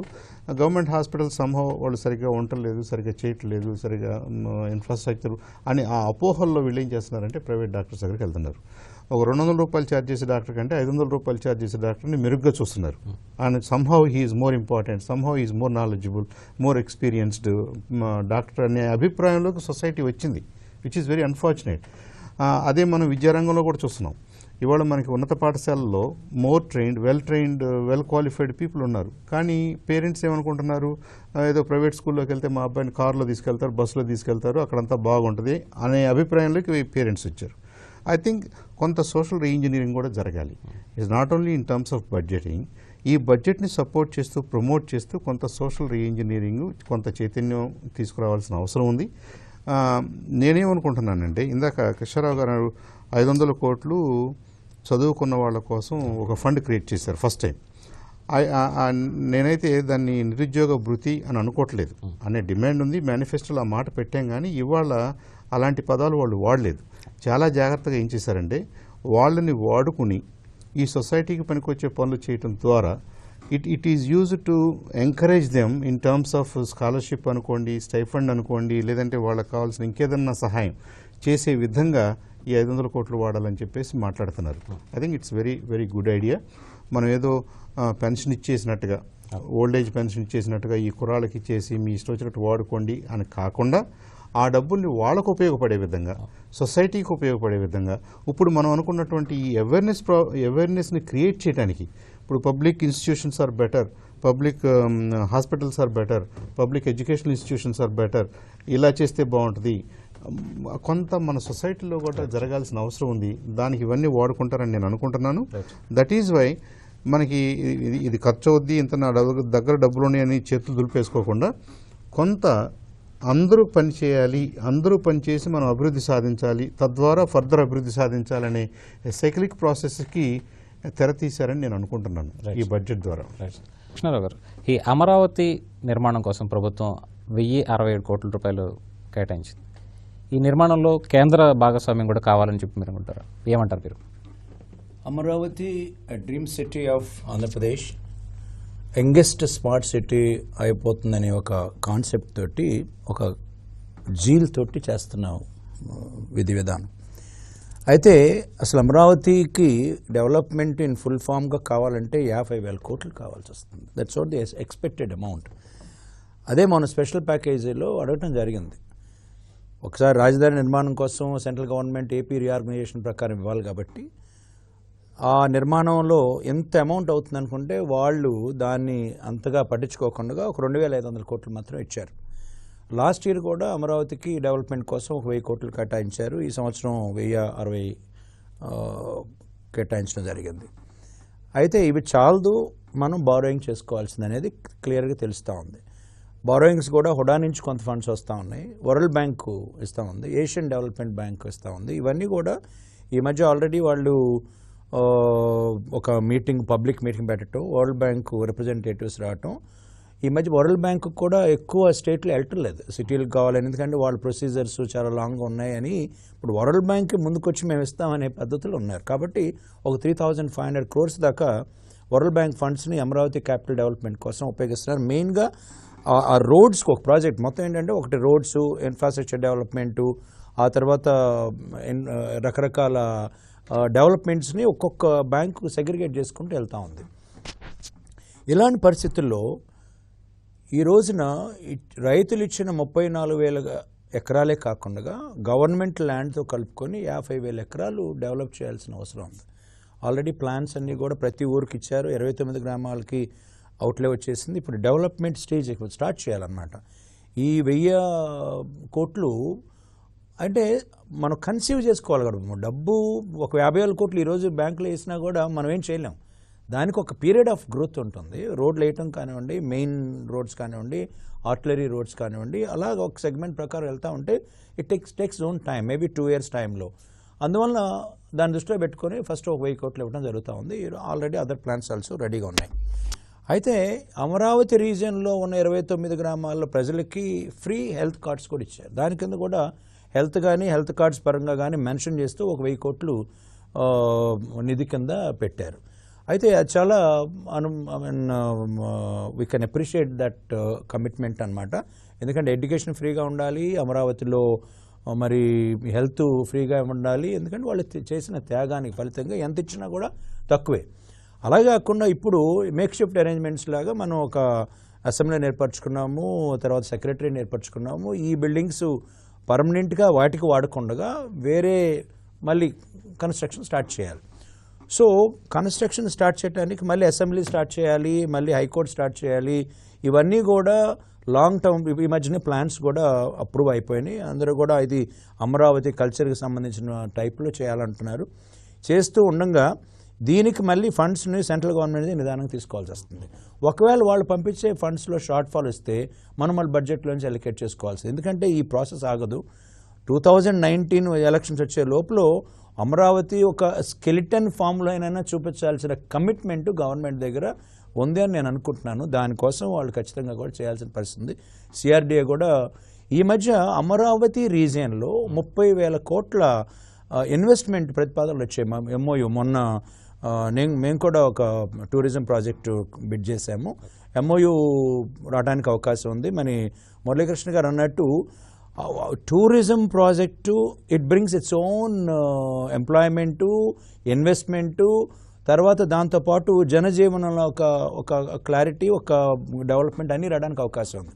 సో అమరావతి ఆల్ రౌండ్ సిటీగా పేరు పొందాలి. ఒక్క ఇండస్ట్రియల్గా కానీ కాకుండా రీటైల్ సెక్టర్లో కానివ్వండి, ఇన్ఫ్రాస్ట్రక్చర్లో కానివ్వండి, టూరిజంలో కానివ్వండి, ఎడ్యుకేటెడ్ సెంటర్లో కానివ్వండి. ఇప్పుడు మనకి విట్ వచ్చింది, వెల్లూరు ఇన్స్టిట్యూట్ ఆఫ్ టెక్నాలజీ, వాళ్ళు ఆల్రెడీ స్టార్ట్ చేశారు. అలాంటి ఇన్స్టిట్యూషన్స్ వస్తున్నాయి. విశేషం ఏంటంటే అమరావతిలో ఆల్మోస్ట్ ఒక 7 cities డెవలప్ చేశారు. ఫినాన్స్ సిటీ అని, స్పోర్ట్స్ సిటీ అని, నాలెడ్జ్ సిటీ అని, హెల్త్ సిటీ అని, ఈ రకంగా డెవలప్ చేస్తే వాటికి ప్రత్యేకమైన క్యారెక్టర్స్ని బిల్డప్ చేయడం కోసం కొంత ఖర్చు పెట్టాలి. ఇలాంటి overall it's very complicated structure అనమాట. ఈ మిగతా సిటీస్లా కాకుండా దీన్ని ఒక ఎగ్జాంపులర్, ఇవాళ ఆయన స్పీచ్లో కూడా చాలాసేపు మాట్లాడారు. అమరావతి ఎలాగ ఉండబోతుంది, దానికి ఏమేం చేయబోతున్నాం అనే ఒక పద్ధతిలో దీన్ని ఒక ఎగ్జాంపుల్గా చూపించాలి ఈ దేశంలోనే అనే ఉద్దేశంతో మాట్లాడటం జరిగింది. కాబట్టి అమరావతికి అన్ని హంగులు ఏర్పరచుకోవడం కోసం ఎంతైనా సరే అలొకేట్ చేయొచ్చు. ఎంత వసూలుబాటు ఉంటే అది రెవెన్యూ జనరేషన్ కూడా చేస్తుంది తర్వాత. ఎందుకంటే ఒకసారి ఇన్ఫ్రాస్ట్రక్చర్ అండ్ డెవలప్మెంట్ అయితే కాన్సన్ట్రేట్ చేసిన తర్వాత అక్కడి నుంచి రావటం మొదలు పెడతారు. ఒకసారి జనం అవుట్ సైడ్ నుంచో లేదా వేరే సిటీస్ నుంచి ఉన్న అట్రాక్టివ్గా రావడం జరిగితే పాపులేషన్ పెరుగుతుంది. పాపులేషన్ పెరిగితే ఎకానమీ పెరుగుతుంది. ఎకానమీ పెరిగితే ఎకనామిక్ గ్రోత్ ఉంటుంది. దానివల్ల మనకు వచ్చే రెవెన్యూ పెరుగుతుంది. So it's very concentrated centre అనమాట అది. దాని మీద మాత్రం ఎంతైనా ఫోకస్ చేయొచ్చు. మనం బారో చేయడం కూడా తప్పలేదు. దానికి అదే డెవలప్డ్ మనం చూస్తున్నాం కదా తెలంగాణలో. Hyderabad is a core city. Hyderabad ఇచ్చినంత మిగతా ఏ అదర్ టౌన్స్ కూడా ఇవ్వవు. అవన్నీ కంపేర్ చేసినా కూడా they are not match to Hyderabad. అలాగే మనకి అమరావతిని కూడా అలా చేయాల్సిన అవసరం ఉంది. అందువలన Amaravati should be taken care of in బడ్జెట్లో కూడా 1,000 అలొకేట్ చేయడం ఓకే, ఇంకా కూడా చేసినా కూడా తప్పలేదు. పండ్ల తోట పెంపకానికి దాదాపుగా 1000 కోట్లు ప్రభుత్వం కేటాయించింది బడ్జెట్లో. అలాగే పశుగణాభివృద్ధి కోసం కూడా 1100 కోట్ల రూపాయలు కేటాయించారు. ఎట్లాంటి అవకాశాలు మన రాష్ట్రంలో ఉన్నాయంటారు? ప్రధానంగా వాటిని వినియోగించుకోవడంలో ప్రభుత్వం ఎక్కడన్నా మరింత ముందడుగు వేయాల్సి ఉందా? కొత్త కార్యాచరణ ప్రణాళికలు ఏమైనా చేయాల్సి ఉంటారా? నీరు సమృద్ధిగా దొరికే ప్రాంతాల్లో వ్యవసాయానికి అనుబంధంగా ఈ ఉన్నైతే బ్రహ్మాండంగా ఉంటాయి. ఈ పండ్ల తోటలకు సంబంధించి ఆయా ప్రాంతాల్లో ఏదైతే రీజనల్ 3-4 రీజనల్ ప్రాంతాలకు పెట్టుకొని దానికి ఒక హెడ్ని పెట్టుకొని రాష్ట్ర ప్రిన్సిపల్ సెక్రటరీతో వాటితో సంబంధం లేకుండా బ్యాంక్ డైరెక్ట్గా సబ్సిడీతో ఇప్పుడు బిందు సేద్యం అని తుంపర్ల సేద్యం అని ఏదైతే సబ్సిడీలు ఇస్తున్నారో అట్లాగే వీళ్ళకి కూడా పండ్ల తోటలకు కూడా ఇచ్చినట్టయితే బాగుంటుంది. గతంలో అంతకుముందు 2014 ముందు రాజశేఖర రెడ్డి గారు ఉన్నప్పుడు పశుక్రాంతి అని చెప్పి రకరకాలుగా పాడి పరిశ్రమ ఇప్పుడు కూడా మంత్రి గారు చెప్తా ఏమన్నారంటే బడ్జెట్లో దేశంలో 5వ స్థానంలో పాల ఉత్పత్తిలో మనం ఉన్నామని చెప్తా ఉన్నాం. గతంలో అంతకుముందు ప్రభుత్వాలు చేయబట్టే ఈరోజు మనం ఈ స్థాయిలో ఉన్నాము. దీనికి ఉదారంగా కొద్దిగా నిధులు ఇచ్చినట్టయితే వ్యవసాయానికి నీళ్ళు అందుబాటులో ఉన్నా లేకపోయినా సరిగా ఉన్నా లేకపోయినా రేట్లు గిట్టుబాటు మద్దతు ధరలు ఉన్నా లేకపోయినా ఇదేందో ఆదుకుంటుందని చెప్పి అనేక మంది శాస్త్రవేత్తలు ఈ రంగంలో ఉన్న ప్రముఖులు పదే అనేక సర్వేలు చెప్తా ఉన్నాయి. ఏంటంటే ఎంతో కొంత పౌల్ట్రీ పశువు ఇవన్నీ కూడా ముఖ్యంగా ఏంటంటే రైతుకి ఎంతో కొంత ఇప్పుడు కొలెక్టరల్ సెక్యూరిటీ లేకుండా ఏదైతే మనం మోటార్ సైకిల్ తీసుకుంటానికి వెళ్తే ఇమీడియట్గా ఫస్ట్ డౌన్ పేమెంట్ కడితే ఎట్లా అవుతారో అట్లాగే రైతులకు కూడా కనుక పండ్ల తోటలకి వాటికి భూమి ఉన్న వాళ్ళకి వేసుకోండి అని చెప్పి ఇచ్చినట్టయితే తప్పకుండా మనం దానికి ఒక మార్కెట్ కానీ లేదా ఈ మార్కెట్లు కానీ ఏదైనా ఉపయోగపడినట్టయితే దానికి సకాలంలో ఇప్పుడు మదనపల్లి మార్కెట్ ఉంది వచ్చుద్ది కానీ అక్కడికి వచ్చేటప్పటికి కేజీ రూపాయి ఆ పారబోయాల్సి వస్తుంది. అక్కడ ఏంటంటే కోల్డ్ స్టోరేజ్లు కానీ ప్రభుత్వమే వాళ్ళకి ఎంతో కొంత దాచుకునే దానికోసం వీళ్ళే కట్టినట్టయితే ఆ సరుకు అక్కడ ఉన్నప్పుడు బ్యాంక్ ఎంతో కొంత 75% కనుక లోన్ కనుక ఇచ్చినట్టయితే బాగా ఉపయోగపడుతుంది. ఈ ప్రాంతంలో ఈ వ్యవసాయ రంగంతో పాటు ఈ పండ్ల తోటలో ముఖ్యంగా మనకి రాయలసీమ ప్రాంతంలో చిని బత్తాయి ఇటు తెనాలికి సంబంధించిన నిమ్మ ఇవన్నీ కూడా బ్రహ్మాండంగా అనేక రకాలుగా పండించే ఉన్నాయి.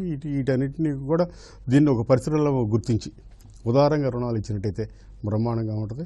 ఆ దిశగా ప్రభుత్వం ఈ బడ్జెట్లో ఎక్కువే కేటాయించింది చెప్పుకోవచ్చు. దాన్ని అధికార యంత్రాంగం ఎటువంటి లేకుండా కొర్రీలు లేకుండా ఉదారంగా టార్గెట్లు పెట్టుకొని ఇచ్చినట్టయితే బాగుంటుంది. ఇందులోనే దీనికి సంబంధించి ఇంతకుముందు మనం ఈనాడు పేపర్లో చూసాము యాంత్రికీకరణకు సంబంధించి కృష్ణా జిల్లా చాలా తక్కువ స్థాయిలో ఉంది. ప్రభుత్వం టార్గెట్లు ఎక్కువ ఉంటున్నాయి, అధికార యంత్రాంగం దాన్ని రీచ్ కాలేకపోతుంది. ఆ దిశగా అలా కాకుండా దీని మీద ఒక చెక్ పాయింట్ ఒకటి పెట్టి అధికార యంత్రాంగం సరిగ్గా ఎత్తున్నారా లేదా అని చెప్పి ఆ ప్రజాప్రతినిధులు అక్కడ ఉన్న నాయకులందరూ కూడా పదే అధికార యంత్రాంగం ఒక తెల్ల ఏనుగు లాంటిది, అది గబకన ఇది కదలదు, దాన్ని ఒక అంకుశం పెట్టి పుడుతూ ఉంటే కానీ అది ముందుకు కదలదు. ఆ దిశగా మనం తీసుకున్నట్టయితే రైతాంగం వాళ్ళకి కూడా ఒక హ్యూమన్ టచ్ ఉండేటట్టు మనం చెప్పాలా. మనం ఎంతసేపు టార్గెట్లు ఇస్తే మాత్రం కుదరదు. గ్రాస్ రూట్లో ఈ జిల్లాకి ఈ మండలానికి ఎంత ఇచ్చావు, ఈ నిధులు ఎంత ఇచ్చావు అని చెప్పి ముఖ్యమంత్రి గారు డాష్ బోర్డులో అవి కనపడుతున్నాయి కానీ ఆ మండలంలో ఆ విలేజ్లో ఎంతమందికి వచ్చినాయి అని చెప్పి కనపడతలా. అకౌంటబిలిటీ, ట్రాన్స్పరెన్సీ ఆ పై స్థాయి వరకు రాష్ట్రాన్ని యూనిట్గా తీసుకొని ఉంటున్నాయి తప్ప జిల్లాని యూనిట్గా తీసుకుని ఉంటుంది తప్ప ఆ ప్రాంతాన్ని, ఆ ప్రదేశాన్ని, ఆ నియోజకవర్గాన్ని యూనిట్ తీసుకొని ఒక యేసు దాసు డేవిడ్కి ఏ విధంగా వచ్చినాయి అని చెప్పి అందులో ఉండట్లేదు. ఏదైనా ఈ వ్యవసాయ రంగం మీద నమ్ముకొని దీనికి స్కిల్ సెంటర్లతో పని లేదు, ఎక్కువగా స్కిల్ సెంటర్ లేదు. కొద్ది మద్దతుతోనే విస్తరణాధికారుల మద్దతుతోనే మనం ఉపాధి చేసుకునే దానికి అవకాశం ఉండదు. ఆ దిశగా ఇంకొద్దిగా దీనికి ఇక రుణాలు కనుక ఎక్కించినట్టయితే బ్రహ్మాండంగా ఉంటుందని నా అభిప్రాయం. మురళీకృష్ణ గారు, ప్రధానంగా పరిశ్రమలకి విద్యుత్ అవసరం. ఇప్పుడు మనం మిగులు విద్యుత్ సాధించినప్పటికీ కూడా ఈ రంగంలో ఇంకా పెట్టుబడులు రావాల్సిన అవసరం ఉంది. దీనికి సంబంధించి ప్రభుత్వం నుంచి ఈ బడ్జెట్లో ఎట్లాంటి కార్యాచరణ జరిగిందని మీరు అనుకుంటున్నారు? ఎందుకంటే గత కొన్ని సంవత్సరాలు చూస్తే ఏమవుతుందంటే చాలా ఇండస్ట్రీస్ ఈ పవర్ టారిఫ్ హైక్స్ వల్ల కూడా చాలా చోట్ల, ఎందుకంటే చాలా ఇండస్ట్రీస్ అంటే పవర్ మీద బేసే ఉంటాయి యాక్చువల్గా. ఎప్పుడైతే వీళ్ళు ఏం చేస్తే ఒక ఎక్స్పోర్ట్ చేసేవాడు కానీ ప్రొడక్షన్ మ్యానుఫ్యాక్చర్ చేసేవాడు అండి, విద్యుత్ కాస్ట్ పర్ యూనిట్ కాస్ట్ ఇంత లెక్కేస్తే ప్రొజెక్ట్ చేస్తే ఒక ఇండస్ట్రీస్ వాళ్ళు ఒక ప్రోడక్ట్ కోట్ చేయడం కానీ సప్లై కానీ అగ్రిమెంట్ కానీ అయిపోతూ ఉంటుంది. ఈ సడన్గా కనుక పవర్ ఛార్జ్ ఫ్లక్చుయేషన్ ఎక్కువగా ఉన్నప్పుడు ఏమవుతుందంటే చాలా ఇండస్ట్రీస్ సిక్లోకి వెళ్ళిపోతాయి. ఒకప్పుడు పాస్ట్ ఎక్స్పీరియన్స్ అట్లా జరిగింది, ఒకప్పుడు పవర్ షార్టేజ్లో ఉండేది. ఆ విధంగా చాలా ఇండస్ట్రీస్ ఏంటి సడన్గా ఇండస్ట్రీ బ్యాక్వర్డ్ నుంచి కూడా మళ్ళీ పవర్ ఛార్జెస్ మళ్ళీ కట్టమన్నప్పుడు చాలా చోట్ల సిక్ అయిపోవడం కూడా జరిగింది. మేము కూడా ఛాంబర్స్ రిక్వెస్ట్ చేసేది ఏంటంటే ఇప్పుడు మళ్ళీ ఈ మధ్య ఫిక్స్డ్ ఛార్జెస్ తోటి, ఎందుకంటే మన ఆల్మోస్ట్ కూడా మన ఎనర్జీ ఎఫిషియెంట్ అవార్డ్స్ తీసుకున్నాం ఇండియాలో కూడా యాక్చువల్గా. మరి బ్యాక్లాగ్ నుంచి సర్ప్లస్ స్టేట్ కింద మనకు ఆల్రెడీ డిక్లేర్ చేసాం యాక్చువల్గా. మనం ఈ సేల్ మళ్ళీ ఫిక్స్డ్ ఛార్జెస్ ఏమవుతుందంటే మళ్ళీ ప్రపోజల్ ఏదో పెంచుతామని చెప్పి అంటున్నారు. కాబట్టి ఆ ప్రపోజల్ కొంచెం లేకుండా ఇండస్ట్రీ ఫ్రెండ్లీ ఎన్విరాన్మెంట్ కనుక మనం ఈ పవర్ ఛార్జెస్ కనుక పెడితే ఏమవుతుందంటే కొత్త ఇండస్ట్రీస్తో పాటు ఏమవుతుందంటే ఎగ్జిస్టింగ్ ఇండస్ట్రీస్ కెపాసిటీ కూడా డబుల్ అవ్వాలండి యాక్చువల్గా. ఇప్పుడు కొత్త ఇండస్ట్రీస్ గురించి మన గ్రోత్ ఎట్లా అనుకుంటున్నామో అది ఎస్ఎంఈ కానీ ఎంఎస్ఎంఈ కానీ మీడియం కానీ హై ఏ ఇండస్ట్రీ అయినా సరే వాళ్ళకి ఆ ఎన్విరాన్మెంట్లో వాళ్ళకి ఇండస్ట్రియల్ గ్రోత్ అంత కెపాసిటీస్ అనేవి డబుల్ అవ్వాలి. ఆ డబుల్ అవ్వాలంటే ఇటు పవర్ ఛార్జెస్ కూడా ఏంటంటే కనీసం రాబోయే 3-4 years వరకు ఫిక్స్డ్ ఛార్జ్ ఇది అని ఫిక్స్ చేసేస్తే దాని బేసిస్ అన్ని ఎస్టిమేట్ చేసుకునే అవకాశం ఉంటుంది. ఇంకోటి ఈజ్ ఆఫ్ డూయింగ్ బిజినెస్ మనం ఆల్రెడీ 98% వచ్చాం కాబట్టి ఎగ్జిస్టింగ్ ఇండస్ట్రీస్ కూడా ఆ ఈజ్ ఆఫ్ డూయింగ్ బిజినెస్లో వాళ్ళకున్న పర్మిషన్స్ అన్ని 15 కానీ 20 ప్రతి ఇండస్ట్రీ కనీసం 15 to 20 లైసెన్స్ కావాల్సి వస్తాయి. ఆ రెన్యూల్స్ అన్నీ కూడా మేము ఇప్పుడు చాలా మందికి రిక్వెస్ట్ చేయడం జరుగుతుంది. ఇది ఓన్లీ ఒక సజెషన్ ఫర్ ద గవర్నమెంట్ యాక్చువల్గా. అన్ని లైసెన్స్ కూడా ఒకే డేట్ నుంచి స్టార్ట్ అయ్యి ఒకే డేట్ కట్టాలి. మినిమం 3 years దాకా కూడా రెన్యూవల్ అక్కర్ లేకుండా అన్ని లైసెన్స్లు కూడా మినిమం 3 years వ్యాలిడిటీ ఉంటే ఏమవుతుందంటే అది కొంచెం ఆ is of doing business existing industries కూడా ఉపయోగపడితే ఏమవుతుందంటే ఉన్న ఇండస్ట్రీ కూడా కెపాసిటీ డబుల్ అవడానికి కూడా అవకాశం ఉంటుంది అనేది మా రిక్వెస్ట్. అట్లా కొత్త ఇండస్ట్రీ స్టార్ట్ చేసేటప్పుడు చాలా సబ్సిడీస్ అనౌన్స్ చేశారు. ఫుడ్ పాలసీ ఇందాక వారు చెప్పినట్టు ఫుడ్ పాలసీలో మనకి ఇండియాలో బెస్ట్ ఫుడ్ పాలసీ మన గవర్నమెంట్ అనౌన్స్ చేసింది. ఆ సబ్సిడీస్ కానీ ఇన్సెంటివ్ చూస్తే వండర్ఫుల్ యాక్చువల్గా. కాకపోతే ఏమవుతుందంటే మన ఏ ఇండస్ట్రీకి అయినా స్టార్టింగ్ అప్పుడు ఏమవుతుందంటే ఒక ఫుడ్ ఇండస్ట్రీ పెట్టాలంటే అన్ని గవర్నమెంట్ మీద డిపెండ్ అవ్వలేరు అందరూ కూడా. గవర్నమెంట్ లిమిటెడ్ ల్యాండ్ ఉంటుంది, అందరికీ ల్యాండ్ ఇవ్వలేదు. కాబట్టి ఎగ్జిస్టింగ్గా ఒక ఇండస్ట్రీ పెట్టేవాళ్ళు ఎవరైనా సరే వాళ్ళకున్న ల్యాండ్లో పెట్టాల్సి వస్తున్నప్పుడు ఆ ల్యాండ్ పర్మిషన్స్లో కానీ కన్వర్షన్స్ కానీ అది నాలా కానీ డెవలప్మెంట్ ఛార్జెస్ కానీ ఆ ఛార్జెస్ అన్నింటిలో కూడా కొంచెం కన్సెషన్ ఇస్తే ఏమవుతుందంటే తర్వాత ఇచ్చే సబ్సిడీ తక్కువగా ఇచ్చినా పర్వాలేదు కానీ ఇన్సెస్ స్టేజ్లోనే ఆ బెనిఫిట్ ఇస్తే ఏమవుతుంది ఇండస్ట్రీ టేక్ ఆఫ్ తొందరగా అవుతుంది. కాబట్టి ఓవరాల్ సబ్సిడీ ఒక ఎక్స్ అమౌంట్ అనుకుంటారు, ఆ అమౌంట్ కొంచెం తగ్గించినా సరే ఇన్సెస్ స్టేజ్లోనే ఈ వేవ్ చేస్తే కనుక ఏమవుతుందంటే స్టార్టింగ్ స్టేజ్లో కొత్తగా ఎంటర్ప్రెన్యూర్స్ రావడానికి ఎక్కువగా ముందుకు రావడానికి అవకాశం ఉంటుంది. అది కన్సిడర్ చేయవలసిందిగా మేము రిక్వెస్ట్ చేయడం జరుగుతుందండి. అంటే సిఐఏ భాగస్వామ్య సదస్సులో కూడా దాదాపుగా 10 లక్షల కోట్లకు పైగా పెట్టుబడులు వస్తాయని చెప్పి ప్రభుత్వం అంచనా వేస్తుంది. అందుకు తగిన విధంగానే ప్రభుత్వం కూడా సిద్ధమవుతుంది కదా. డెఫినెట్గానండి గవర్నమెంట్ అనే పాజిటివ్ మోడ్ అండి. యాక్చువల్ డెఫినెట్గా కొత్త ఇండస్ట్రీస్ అంటే కూడా చాలా మంచి పాలసీలు రాబట్టే మరి వరల్డ్ వైడ్ కానీ ఇండియా వైడ్ కానీ అన్ని స్టేట్ల నుంచి కూడా వచ్చి మనకు సైన్ చేయడం జరుగుతుంది. ఆ విధంగా ఎన్విరాన్మెంట్ క్రియేట్ చేయడం జరిగింది. మేము రిక్వెస్ట్ చేసింది ఏంటంటే కొత్త ఇండస్ట్రీస్తో పాటు ఎగ్జిస్టింగ్ వాళ్ళకు కూడా అటువంటి వాతావరణం కొంచెం ఇంకొంచెం హెల్దీ అట్మాస్ఫియర్ కొంచెం పెంచితే ఏమవుతుంది వీళ్ళకున్న కెపాసిటీస్ కూడా డబుల్ అవడానికి అవకాశం ఉంటుంది సజెస్ట్ చేయడం జరుగుతుంది.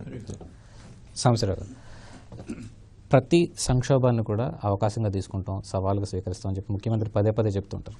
ఈ బడ్జెట్లో అట్లాంటి వాస్తవం ఏమైనా కనపడిందా మీకు? మీరేమంటారు? అంటే మనకి ఓవరాల్గా మన దగ్గర ఉన్న resources it self is a challenge కదా, అదే పెద్ద కన్స్ట్రెంట్ కదా. మన కొత్త రాష్ట్రానికి 13 జిల్లాల్లో మనం డెవలప్ చేయడానికి 13 జిల్లాల్లో ఏమేమి కావాలో మనం ఐడెంటిఫై చేసాం, ఎన్యూమరేట్ చేసాం. ఐ థింక్ ఫస్ట్ అసెంబ్లీలోనే ఆ ప్రస్తావన కూడా తీసుకొచ్చారు. అమరావతిని రాజధానిగా అనౌన్స్ చేసిన రోజునే జిల్లాల వారీగా ఏ జిల్లాలో ఏమేం కావాలి, ఏ జిల్లాకి ఏ ఏ వనరులు ఉన్నాయి, అక్కడ ఎలాంటి ఇండస్ట్రియల్ డెవలప్మెంట్ కావాలి, ఎడ్యుకేషన్ ఇన్స్టిట్యూషన్స్ రావాలి, ఆన్ అండ్ ఆన్ చేసాం. మనం చేసిన తర్వాత నిజంగా ఈ 2 సంవత్సరాల్లో ఆయా జిల్లాల్లో అంత ప్రోగ్రెస్ కనపడకపోవడానికి ప్రధానమైన కారణం మనం ఆశించినంతగా కేంద్రం నుంచి మనకి నిధులు రాకపోవడం. వాళ్ళేదో జిల్లాకి 50 కోట్లని జిల్లాకి 75 కోట్లని ఇచ్చినందువల్ల నిజంగా దాన్ని అది ఇన్ఫ్రాస్ట్రక్చర్ డెవలప్ చేసుకోవడానికి ఎందుకు పనికిరాదు. రెండోది మనంగా చేద్దామంటే మన దగ్గర కూడా అంత రిసోర్సెస్ లేకపోవడం. ఆన్ టాప్ ఆఫ్ ఇట్ వీటన్నిటికీ తోడు అసలు మనకి రాజధాని లేకపోవడం అనేది it has become a challenging, that's the biggest challenge మన ముందున్న ఛాలెంజెస్లో. మరి ఇన్ని ఛాలెంజెస్ మన ముందుంటే మనం ఏదో జరుగుద్దిలే మనం చూస్తా కూర్చుందాం సెంటర్ ఏదో చేసుకుంటా పోద్ది అని కాకుండా మనం 1 by 1 టేకప్ చేస్తూ మెథాడికల్గా ఆయా పరిసరాలని ఆయా పరిస్థితుల్ని అర్థం చేసుకుని అవసరమైన చోట వాళ్ళ పార్ట్నర్షిప్ తోటి మనం ముందుకెళ్లాలని డిసైడ్ అయిపోయాం. It's very innovative. మన ఇండియాలో ఎవరు చేయలేదు, మిగతా దేశాల్లో కూడా ఎవరు చేయలేదు. ఇంత పెద్ద సిటీని నిర్మిస్తూ city itself is on PPP అంటే ఇట్స్ రియల్లీ ఇక అంతకంటే పెద్ద పీపీపీ ప్రాజెక్ట్ ఏం లేదు. అలా చేయగలిగాం. ఇదంతా చేయడానికి మరి చంద్రబాబు నాయుడు గారు పర్సనల్గా అనుకోండి, ఈ ప్రభుత్వం మీద ఉన్నటువంటి నమ్మకం అనుకోండి, మన పరిస్థితులు అనుకోండి, వాట్ ఎవర్ ఇట్ ఈజ్ మన ప్రజలు సహకరించారు, రైతులు సహకరించారు, 13 జిల్లాల్లో ఉన్న చాలామంది విఘ్నులు అర్థం చేసుకోగలిగిన వాళ్ళు సహకరిస్తున్నారు. అట్ ద సేమ్ టైం అందరికీ అది సరిపోద్దని నేను వాదించట్లేదు. అది మన ముందు ఉన్నటువంటి పెద్ద ఛాలెంజ్. ఈ ఛాలెంజ్లో మనం చేతులు ఎత్తేసి ఏదో జరుగుద్దిలేమని వెయిట్ చేయకుండా ఇవాళ ఈ బడ్జెట్ ద్వారా కానివ్వండి, గతంలో జరిగినటువంటి మాటలు బడ్జెట్ల ద్వారా కానివ్వండి, మన ముఖ్యమంత్రి గారు, మన టీం ఏం చేస్తుందంటే, మన గవర్నమెంట్ ఏం చేస్తుందంటే, they are really taking up one at a time. అది అర్థం చేసుకుని దానికి వీలైతే మనం చేస్తాం, లేదంటే మన ప్రజలు చేస్తారు, లేదంటే బయట నుంచి ఇన్వెస్టర్స్ని తీసుకొద్దాం. వన్ వే ఆర్ అదర్ దానికి కావాల్సిన రిసోర్సెస్ని మనం ఏర్పాటు చేసుకోవాలి. ఏం కావాలో మనకు తెలుసు, రిసోర్సెస్ మనం ఏర్పాటు చేసుకోగలగాలి.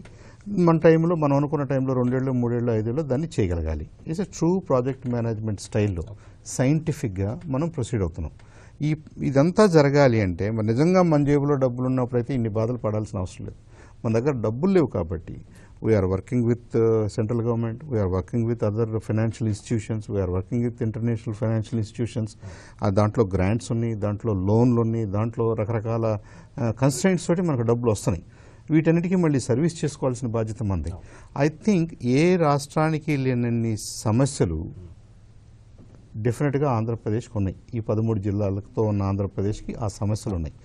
ఈ సమస్యలు అనుకుని వదిలేయకుండా ఈ సమస్యల్ని ఒక great opportunity to show to the world that we can survive, we can stand up and we can prepare to run, will run అని చెప్పగలుగుతున్న ఈ ప్రభుత్వాన్ని డెఫినెట్గా వీ హ్యావ్ టు కంగ్రాచులేట్. దాంట్లో ఎలాంటి డౌట్ లేదు.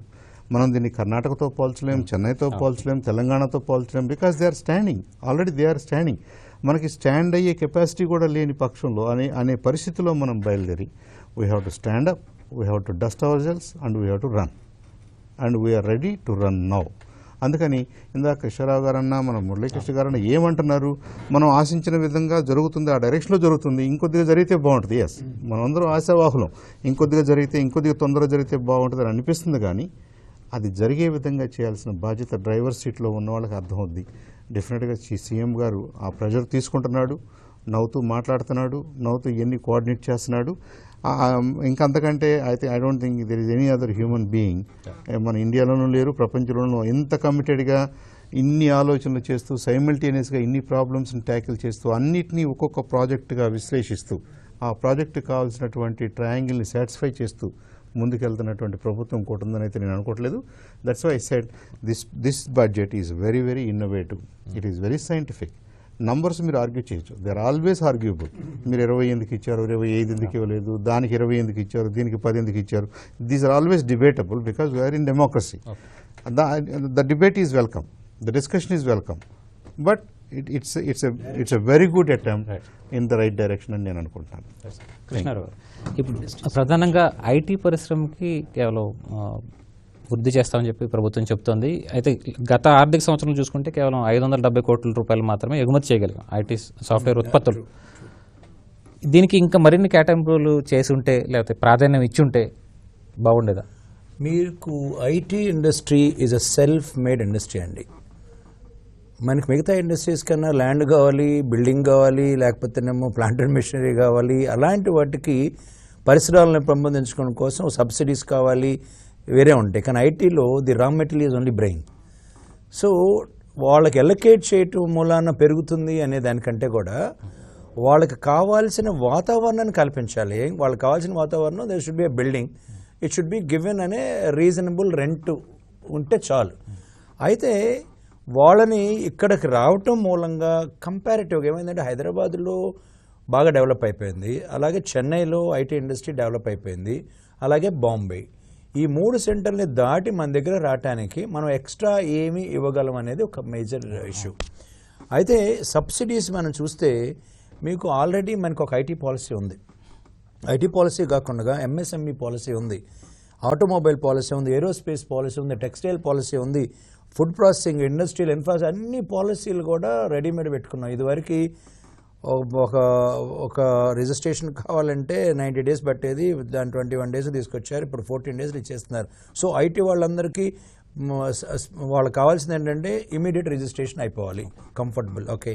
నెంబర్ 2, వాళ్ళకి ఒక బిల్డింగ్స్ మనం కంఫర్టబుల్గా ఉండేలాగా టెక్నాలజీ, గ్రిడ్, ఫైబర్ గ్రిడ్ కానివ్వండి, లేకపోతే ఆ ఫెసిలిటీని మనం ఇంటర్నెట్ ఫెసిలిటీని చాలామంది ఇక్కడ రావడానికి కారణం కూడా ఈ ఇంటర్నెట్ ఫెసిలిటీ ఫుల్ ప్లేజ్డ్గా దొరకాలి వాళ్ళకి. అలాంటిది ఇప్పుడు మనం ఏం చేస్తున్నాం, ప్రతి ఇంటికి కూడా 149 రూపీస్ కట్టేస్తే ఫైబర్ ఇచ్చేసే పరిస్థితిలో మనం వచ్చాం కాబట్టి వాళ్ళకి 4G కానీ 6G లెవెల్ దాకా ఇవ్వగలిగే స్థితి డెవలప్ చేసుకోవాలి. ఇది ఇన్ఫ్రాస్ట్రక్చర్. అలాగే వాళ్ళు చేసే ప్రోడక్ట్స్కి లేకపోతే వాళ్ళు చేసే సాఫ్ట్వేర్కి సైబర్ అనలిస్టులు కావాలి, లేకపోతే డేటా అనలిస్టులు కావాలి. వాళ్ళు ఎంతమంది ఉన్నారు ఇక్కడ? మన వాళ్ళు చాలామంది కూడా ఇక్కడ చదివి ఎడ్యుకేట్ అయ్యి బెంగళూరు లేకపోతే చెన్నైయో లేకపోతే వెళ్ళేవాళ్ళు. ఇప్పుడు because of the Trump policy మనం అనుకున్నట్టుగా సో అందరూ కూడా రావడం మొదలుపెట్టేశారు. కాబట్టి ఇప్పుడు వాళ్ళకి ఎంత ఎలకేట్ చేసి కంఫర్టబుల్గా ఒకేసారి కాకుండా బేసిక్గా ఇష్యూ బై ఇష్యూ, మొన్న ఒకసారి 6 యూనిట్స్ ఒకేసారి స్టార్ట్ అయినాయి. వాళ్ళకి కావాల్సింది ఏంటంటే ఇమీడియట్ లోన్స్ శాంక్షన్ చేసేసి అసలు ఐడెంటిఫై చేసి ఎవరు ఎలాంటి పరిస్థితి ఉంటాయంటే దిర్ షుడ్ బి ఎ బోర్డ్. వచ్చిన ప్రపోజల్ బట్టి గవర్నమెంట్ ఏమేం చేయగలదు అనే దాని మీద 1-to-1 బేసిస్ వెళ్ళిపోతా ఉంటే చాలా ఫాస్ట్గా కూడా ఐటీ పాలసీ వస్తుంది.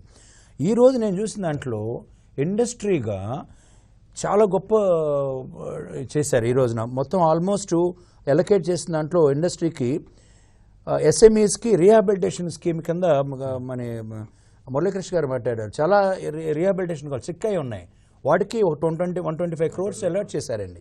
అలాగే మేజర్ ఇండస్ట్రీస్కి కొన్ని డిపార్ట్మెంట్కి అలకేట్ చేశారు. అంటే they got a priority to give requirement based అనమాట. అదొకటి. ఈసారి ఏదో మనం సబ్సిడీ శాంక్షన్ చేసాము రూల్ ప్రకారం వెళ్ళడానికి కాకుండా ప్రాబబ్లీ ఈ 369 crore ప్లస్ 73 crores అలకేట్ చేసింది వాళ్ళకి అవసరాన్ని బట్టి ఏ ఇండస్ట్రీ అవుతుందో లెవెల్ ప్లేయింగ్ ఫీల్డ్ కోసం కొత్త వాళ్ళకి మేము ఇస్తాము, CC2 ఆ ఫెసిలిటీస్ ఉన్నాయి ఇక్కడ అనే ఉద్దేశం కాకుండా డిపార్ట్మెంట్కి అలకేట్ చేశారు. టోటల్ ఎలకేషన్ వచ్చేసి 2086 కోట్లు ఇండస్ట్రీస్కి డెవలప్మెంట్ చేయటం. It is 113% more than the last year. Last year 1000 crores ఇచ్చారు, ఈసారి 2086 crores. అంటే ఎలా ఉందంటే మనకి జరిగిన ఈ సమ్మిట్లో నుంచి వచ్చే హైప్ని క్రియేట్ చేసిన దాన్ని నిజంగా వాళ్ళందరూ వచ్చి పెడితే ఒక 50% అన్న హిట్ రేట్ కానీ ఏర్పడితే ఈ 2086 crores చాలా పోవచ్చు. అంత ఇన్ఫ్రాస్ట్రక్చర్ రోడ్లు కానీ ఇవన్నీ బిల్డప్ చేసుకుంటూ వెళ్ళిపోవాలి. ఎక్కడెక్కడ ఇండస్ట్రీలు పెడతారో వాళ్ళకి ల్యాండ్ ఎలకేట్ చేయటం ఇవన్నీ కూడా జరగడానికి ఇది బాగా ఉపయోగపడుతుంది. అందుకే నేను అన్నాను ఆ సిచ్యువేషన్ చూసి డెవలప్ అన్నీ ఒకేసారి కాకుండా ఆ సిచ్యువేషన్ డెవలప్ చేసి చేస్తున్న ఈ ఇండస్ట్రీస్ డెవలప్మెంట్ మాత్రం మనం ఒప్పుకోవాలి. రైట్. శివాజీ గారు, నీటిపారుదల రంగానికి దాదాపు 12,770 కోట్ల రూపాయలు ప్రభుత్వం కేటాయించింది. గత ఏడాదితో పోలిస్తే 5,000 కోట్ల రూపాయలు ఎక్కువగానే ఉంది. అయితే ప్రాధాన్యత క్రమంలో ఏ ప్రాజెక్టులు చేపట్టాల్సిన అవసరం ఉందంటారు? ఇంకా అలొకేషన్ పెరిగితే బాగుండేది అనుకుంటారా మీరు? కృష్ణా డెల్టా మోడర్నైజేషన్ పథకం అని చెప్పి రాజశేఖర రెడ్డి గారు 2009, 2008 ఆ ప్రాంతాల్లో 5,000 కోట్ల రూపాయలతోటి చేశారు. గౌరవ ముఖ్యమంత్రి చంద్రబాబు నాయుడు గారు 2014లో అధికారంలోకి వచ్చిన తర్వాత దేవినేని ఉమామహేశ్వరరావు చెరుకూరి వీరయ్య గారి కమిటీ వేసి దాన్ని అటకెక్కిచ్చారు. అప్పటికి 40% పూర్తయింది. 2,000 కోట్ల రూపాయలు బిల్లు చెల్లించడం జరిగింది. ఇప్పుడు ఈ చివరి 2 టైలాండ్ భూములకి ఎగువ ప్రాంతాల్లో వాటర్ రాని పరిస్థితి, వర్షాభావ పరిస్థితి మూలంగా ఈ అన్నిటి కూడా చక్కగా చేసినట్టయితే అవన్నిటి కూడా టైలాండ్ భూమికి నీళ్ళు వెళ్తానే ఉద్దేశంతో మెరుగైన వాటర్ బాడీ మేనేజ్మెంట్ జరుగుద్ది అని చెప్పి దాని ఉద్దేశంతో పెడితే దాన్ని ఆ విధంగా ఆపేశారు. దానికి నిధులు కేటాయించినట్టయితే చాలా బ్రహ్మాండంగా ఉంటుంది ప్రధాన కృష్ణా జిల్లాకు సంబంధించి. ఇంకా సాక్షాత్ మంత్రి గారి నియోజకవర్గం కానీ, తిరువూరు నియోజకవర్గం కానీ, అటు జగ్గేపేట ఆ ప్రాంతాల్లో ఇప్పటికీ నాగార్జున సాగర్ జోన్ 2, జోన్ 3కి నీళ్ళు రాని పరిస్థితి. ఎంతసేపు పాలేరు, తుమ్మల నాగేశ్వరరావు గారు వాళ్ళ మీద ఆధారపడుతున్నాయి తప్ప ఇటు కేటాయింపులు ఏమి లేవు. మేమేమంటామంటే ఏదైతే ఈ ప్రాంతానికి వచ్చిందో అలాగే నాగార్జున సాగర్ నుంచి మొన్న ఎన్ఆర్ నాగేంద్రనాథ్ గారు బ్రహ్మాండమైన పాలసీ ఒకటి పెట్టి పత్రికా విలేకరుల సమస్యలు చెప్పాడు. ఏం చెప్పాడంటే ఆయన పట్టిసీమ దగ్గర నుంచి నీళ్లు తీసుకొచ్చి ప్రకాశం బ్యారేజీ బ్యాక్ వాటర్ కలిపి పులిచింతల నుంచి పిల్లల మర్రి అని చెప్పి అక్కడికి తీసుకెళ్ళి అక్కడి నుంచి నాగార్జున సాగర్ కుడి కాలువలో కనుక కలిపినట్టయితే అటు ప్రకాశము, నెల్లూరు, పెన్నా వరకు వెళ్తానికి అవకాశం ఉంటుంది. దాన్ని ఒక సర్వే చేయండి అని చెప్పి కూడా చెప్పడం జరిగింది. పోయిన సంవత్సరం ఖరీఫ్లో ఇంత మట్టికి గుంటూరు జిల్లా ఆ ప్రాంతం, ప్రకాశం ఆ ప్రాంతాల్లో దాదాపు 5-6 లక్షల ఎకరాలకి నీళ్ళు లేని వైనం కనపడతా ఉంది. వెలిగొండ ప్రాజెక్టు కూడా యుద్ధ ప్రాతిపదికన పూర్తి చేయాల్సిన అవసరం ఉంది. ఇప్పుడు మనకి ఎంతసేపు గ్రావిటీలో కనుక వచ్చినట్టయితే ఏదైనా ప్రభుత్వానికి, రైతాంగానికి ఉపయోగం. అక్కడ రిజర్వాయర్ లేకుండా మనం నీళ్లు తీసుకొస్తాం మూలంగా అక్కడ క్వశ్చన్ ఏమి లేకుండా ఇక్కడ వరదలు వచ్చి అక్కడ వరదలు వచ్చి ఆ ప్రాంతం అంతా కూడా ఇబ్బందులు పడే పోయినా ఉంది. ఏదైతే యుద్ధ ప్రాతిపదిక మీద స్పిల్వే వర్క్స్ కనుక పూర్తి చేసినట్టయితే బ్రహ్మాండంగా ఉంటుంది. అది ఈ ప్రభుత్వం 150 అడుగులు కట్టుద్దా కట్టదా అనే డౌట్. ముందైతే కాపర్ డ్యాము అన్ని తయారు చేపిస్తా చేస్తూ ఉన్నారు. దీన్ని ఇంకా వేగం పెంచాల్సిన అవసరం ఉంది. ఏదో ట్రాన్స్ట్రాయ్ కంపెనీ మాత్రం ముఖ్యమంత్రి గారు పదే చెప్తా ఉన్నారు, సరైన పెర్ఫార్మెన్స్ కనపడతలేదు, పెద్ద మిషన్లు తెప్పించాల్సిన అవసరం ఉంది అని చెప్తా ఉన్నారు. ఏదేమైనా రాష్ట్ర ప్రభుత్వం 2018 లోపు చెప్తా ఉంది, నేను పూర్తి చేస్తాను, పోలవరం పూర్తి చేస్తాను. పోలవరం పూర్తి చేస్తూ, కాపర్ డ్యామ్ పూర్తి చేస్తూ, పురుషోత్తపట్నం పూర్తి చేస్తూ, ఏదో రోజు ఇది ఒక మూతపథం అయిపోయింది. పట్టిసీమ ద్వారా నీళ్లు వచ్చాయి కదా, ఈ నదుల అనుసంధానం పట్టిసీమలో అక్కడ నీళ్లు తీసుకొచ్చేసి ప్రకాశం బ్యారేజ్ నుంచి కింద పడి వచ్చాయి సార్. ఈ సంవత్సరం రైతుని గ్రామాల్లోకి వెళ్ళి అడగండి, ఎవరైనా అడగండి, పులిచింతల మూలంగా కృష్ణా డెల్టా స్థిరీకరణ జరిగింది, ఏదో కొద్దిగా గొప్ప పండింది అంతే తప్ప కృష్ణా నీళ్లు రాని సమయంలో ఈ గోదావరి నీళ్లు ఆదుకోలేదంటారా? గోదావరి నీళ్లు ప్రకాశం బ్యారేజ్ కిందకి వెళ్ళిపోయినాయి 50 టీఎంసీలు. 50 టీఎంసీలు కిందకి వెళ్ళిపోయింది. పులిచింతలే ఆదుకుంది. మనం ఏదైతే 1600 కోట్ల రూపాయలు మీరు పట్టిసీమ మీద పెట్టారో దాన్ని ఇంకో దాని మీదగా పెట్టుంటే బాగుండేది, లేకపోతే హెడ్ వర్క్స్ కనుక పెట్టినట్టయితే బాగుండేది తప్ప మరి ఎందుకో గబగబా మరి ముఖ్యమంత్రి గారు చేశారు కానీ అది 50 టీఎంసీలు వచ్చి కృష్ణా డెల్టాని ఏ వాదుకుంటుంది. మరి కృష్ణా డెల్టాకి 161, 151 టీఎంసీలు ఎలకేషన్ ఉంది మనకి బజావత్ బ్రిజేష్ కుమార్ ట్రిబ్యునల్లో. మనకి అంత అవసరం ఏముందో పులిచింతల నుంచి తెచ్చుకోవచ్చు. పులిచింతల్లో R&R ప్యాకేజీకి కానీ అక్కడున్న దాదాపు 100 కోట్లు 150 కోట్లు కేటాయించి వాళ్ళు వెళ్ళిపోతారు. మనం 20 టీఎంసీ 25 టీఎంసీ మాత్రమే అక్కడ నిలబెడతా ఉన్నాం. 45 టీఎంసీ నిలబెట్టాలంటే ఆ గ్రామాలన్నీ ఖాళీ చేయించాలి. మీరేమో మినిమం డ్రాక్ కన్నా ఉంచండి, మొత్తం వరకు తీయబాకండి నుంచి హరీష్ రావు గారు మన మంత్రి గారికి లేఖ రాతా ఉన్నారు. ఎందుమట్టికి Krishna river management board office విజయవాడలో పెట్టించలా. ఇప్పుడు ఏంటంటే వాళ్ళ మాటలు వీళ్ళ మాటలు ఎవరు ఎంటలా. అసలు ఈ బోర్డుకి ఒక జ్యుడిషియరీ పవర్ లేకపోవడం మూలంగా ఈ సభ్య కార్యదర్శి మెంబర్ సెక్రటరీ ఏమి చేయలేకపోతున్నాడు. ఆ ప్రిన్సిపల్ సెక్రటరీ ఏదో చెప్తాడు, ఈ ప్రిన్సిపల్ సెక్రటరీ ఏదో చెప్తాడు. మన సకాలంలో మంచి నీళ్ళు కూడా పోయినాం. ఇప్పటివరకు మన చెరువులు నీళ్లు నిండలా. ఇప్పుడు ఆక్వాకి నీళ్ళు లేవు, తాగడానికి నీళ్ళు లేవు, వ్యవసాయానికి నీళ్లు. ఈ పరిస్థితుల్లో 12,000 కోట్లు అనేది చాలా తక్కువే. మేమేమంటామంటే నువ్వు 16,000 కోట్లు 2014కి పోలవరానికి ఎస్టిమేషన్ వేసావు, ఇప్పుడు దాన్ని 40,000 కోట్లు అయింది. 40,000 కోట్లకి వెంకయ్యనాయుడు గారు మోడీ గారు ఒప్పుకుంటారా? కేంద్రంలో ఏఐబీపీ నిధులన్నీ కూడా సర్దార్ సరోవర్ డ్యామ్ నర్మదా నది మీద కట్టుతున్నారో దానికి తీసుకెళ్ళిపోతా ఉన్నారు వీళ్ళే అట్లా. ఇప్పుడు 2014 నుంచి ఇప్పటి వరకు ఆంధ్రప్రదేశ్కి ఎంత వచ్చింది, 2014 నుంచి గుజరాత్కి ఎంతకి వెళ్ళింది. ఇవన్నీ కూడా వీళ్ళు అసలు గట్టిగా అడగలేకపోతా ఉన్నారు. ఇంకేమైనా బ్రహ్మాండంగా ఆంధ్రప్రదేశ్ని తిరుపతి వెంకన్న సన్నిధిలో బ్రహ్మాండంగా ఢిల్లీని రాజధాని నిర్మిస్తానన్నారు, పోలవరం నేనే నిర్మిస్తానన్నారు. పోలవరానికి బోడిన అడ్డంకులు ఉన్నాయి, వరుస అడ్డం పెడతా ఉన్నాడు. అక్కడ బంధువులు నిర్వహిస్తూ ఉన్నారు, అక్కడ గ్రామ సభలు జరగట్లా, R&R ప్యాకేజ్ అమలు లేదు, అక్కడ వాలు కట్టాలి. ఇవన్నీ కూడా బోర్డులను అర్థవంతులు. ముఖ్యమంత్రి గారు వీళ్ళు పదే రైతాంగాన్ని రెచ్చగొట్టి ఏదో విధంగా మీద పనిచేస్తుందని చెప్పుకోవడం కోసం తప్ప ఇది 2018కి వీళ్ళు ఇట్టి పరిస్థితుల్లో కట్టలేరు, వీళ్ళకి చిత్తశుద్ధి లేదు. ఎంతసేపు ప్రచారం మీద ఉన్న ప్రాజెక్టు మీద మాత్రమైతే మాకైతే కనపడతలేదు అని చెప్పి మా అభిప్రాయం. ఏదైనా గ్రామాలకు సంబంధించి రైతాంగానికి వాళ్ళు సరైన సమయంలో వాళ్ళకి పంటకి మద్దతు ధర లేకుండా పోతా ఉంది. మన పత్తి ఎంత ఉంది రేటు, మిర్చి ఎంత ఉంది, ఇప్పుడు ఎంత ఉంది, ప్యాడీ ఎంత ఉంది, ఇప్పుడు ఎంత ఉంది, అసలు మార్కెట్ ఏం చేస్తుందండి? అది ఎప్పుడన్నా ధరల స్థిరీకరణ నిధి ఇచ్చి మార్కెట్లోకి వచ్చి కొని దాచి వాళ్ళకి అందులో పెట్టి లోన్ దాఖలా ఏం లేదు. వినులు కొనుగోలు కేంద్రాలు లేవు. ఇవన్నీ కూడా అంతా ఇందులో జలవనరుల శాఖ ఎంతో కొద్దిగా పప్పు చేసిన వ్యవసాయ శాఖ మంత్రి మాత్రం పూర్తిగా విఫలం చెందారని మా భావన. రైట్. సాంబశివరావు గారు, ప్రధానంగా ప్రభుత్వం డిజిటలైజేషన్ కానీ లేకపోతే ప్రభుత్వ పాలనలో పారదర్శకత తీసుకురావడం కోసం డిజిటలైజేషన్ ప్రక్రియ, అలాగే ఈ పౌర సరఫరాల శాఖలో కూడా పాస్ ద్వారా కొంత పనిచేసినటువంటి పరిస్థితి ఉంది. దీన్ని ఇంకా మరింత పెంచడానికి ప్రభుత్వం ఎలాంటి చర్యలు తీసుకుంటే బాగుండేది, ఈ బడ్జెట్లో ఎలాంటి కేటాయింపులు జరుగుంటే బాగుండేది అంటారు? వెల్, ఇప్పుడు అశోక్ గారు కదండి, శివాజీ గారు ఇది బడ్జెట్ మీద సంభాషణ కాబట్టి, డిస్కషన్ కాబట్టి బడ్జెట్ వరకే లిమిట్ అవుదాం. ఆయన కొద్దిగా గవర్నమెంట్ అక్కడ ఫెయిల్ అయింది, ఇక్కడ ఫెయిల్ అయింది, ఆయన ఫెయిల్ అయ్యాడు, ఈయన ఫెయిల్ అయ్యాడు అంటే అది సందర్భోచితం కాదని నా అభిప్రాయం. ఎందుకంటే మళ్ళీ నేను దాని గురించి మాట్లాడితే ఇబ్బంది అవుతుంది కాదండి. మన టాపిక్కి రిస్ట్రిక్ట్ అయితే బాగుంటుంది అని నా అభిప్రాయం. రెండోది మీరు అన్నారు ఈ థంబ్ ఇంప్రెషన్స్ వల్ల, వేలి ముద్రల వల్ల, ఐరిస్ వల్ల, ఇంకో దాని వల్ల అసలు ఏం జరుగుతుందంటే, ఒకటి మనం ఎవరైతే లబ్ధిదారులు ఉన్నారో ఆ లబ్ధిదారులని ఐడెంటిఫై చేస్తూ వాళ్ళకే బెనిఫిట్ వెళ్ళేలాగా జాగ్రత్త పడటం. గతంలో ఇది చేయలేకపోయాం కాబట్టి, అది టెక్నాలజీ అప్పట్లో అందుబాటులో లేకపోయి ఉండొచ్చు, లేదా చేయాలనే అభిప్రాయం ఆ ప్రభుత్వాలకు ఉండకపోవచ్చు. ఈ 2 కారణాల వల్ల ఏమైందంటే ఇంపర్సనైజేషన్ ఎక్కువగా జరిగిందనేది సత్యం. నా పేరు వాడుకుని ఇంకొకళ్ళు తీసుకోవడం, ఇంకొకళ్ళ పేరు వాడుకుని ఇంకొకళ్ళు తీసుకోవడం, లేదంటే ఎవరో తీసుకున్నట్టుగా ఈ డీలర్సే వ్యాపారస్తులే మేనేజ్ చేయడం, ఇదంతా జరిగింది అనే ఆరోపణలు ఉన్నాయి. కాబట్టి ఇప్పుడు మనం ఏం చేస్తున్నామంటే పబ్లిక్ డిస్ట్రిబ్యూషన్ సిస్టమ్ ద్వారా మనం ఏదైతే సబ్సిడీ ఇస్తూ పూర్ పీపుల్కి ఇవ్వాలనుకుంటున్నామో, ఆహార పదార్థాలు, నూనెలు, లేదంటే ఇంకోటి అది మనం ఎవరికి ఇవ్వాలనుకుంటున్నామో వాళ్ళకే చెందేలాగా జాగ్రత్త పడాలి. ఆ ట్రాన్స్పరెన్సీ అవసరం ఉంది కాబట్టి దానికోసం వీటిని ఏర్పాటు చేసాం. మొదట్లో కొద్దిగా ఇబ్బందులు ఉన్నాయి.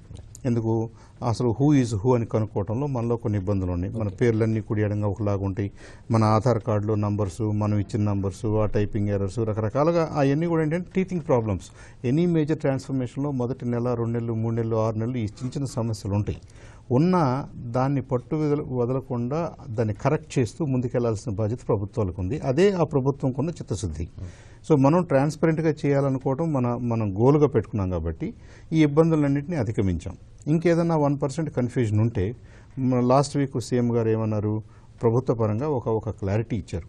అక్కడ ఉన్నటువంటి వీఆర్ఏ కానీ ఇంకెవరన్నా రెవెన్యూ ఆఫీసర్ సమక్షంలో ఒక్కసారి ఈ person this is Chandu Sambasivarao అని కనుక ఐడెంటిఫై చేస్తే అక్కడ నుంచి రేషన్ ఇవ్వడంలో ఎలాంటి ఇబ్బంది లేదు.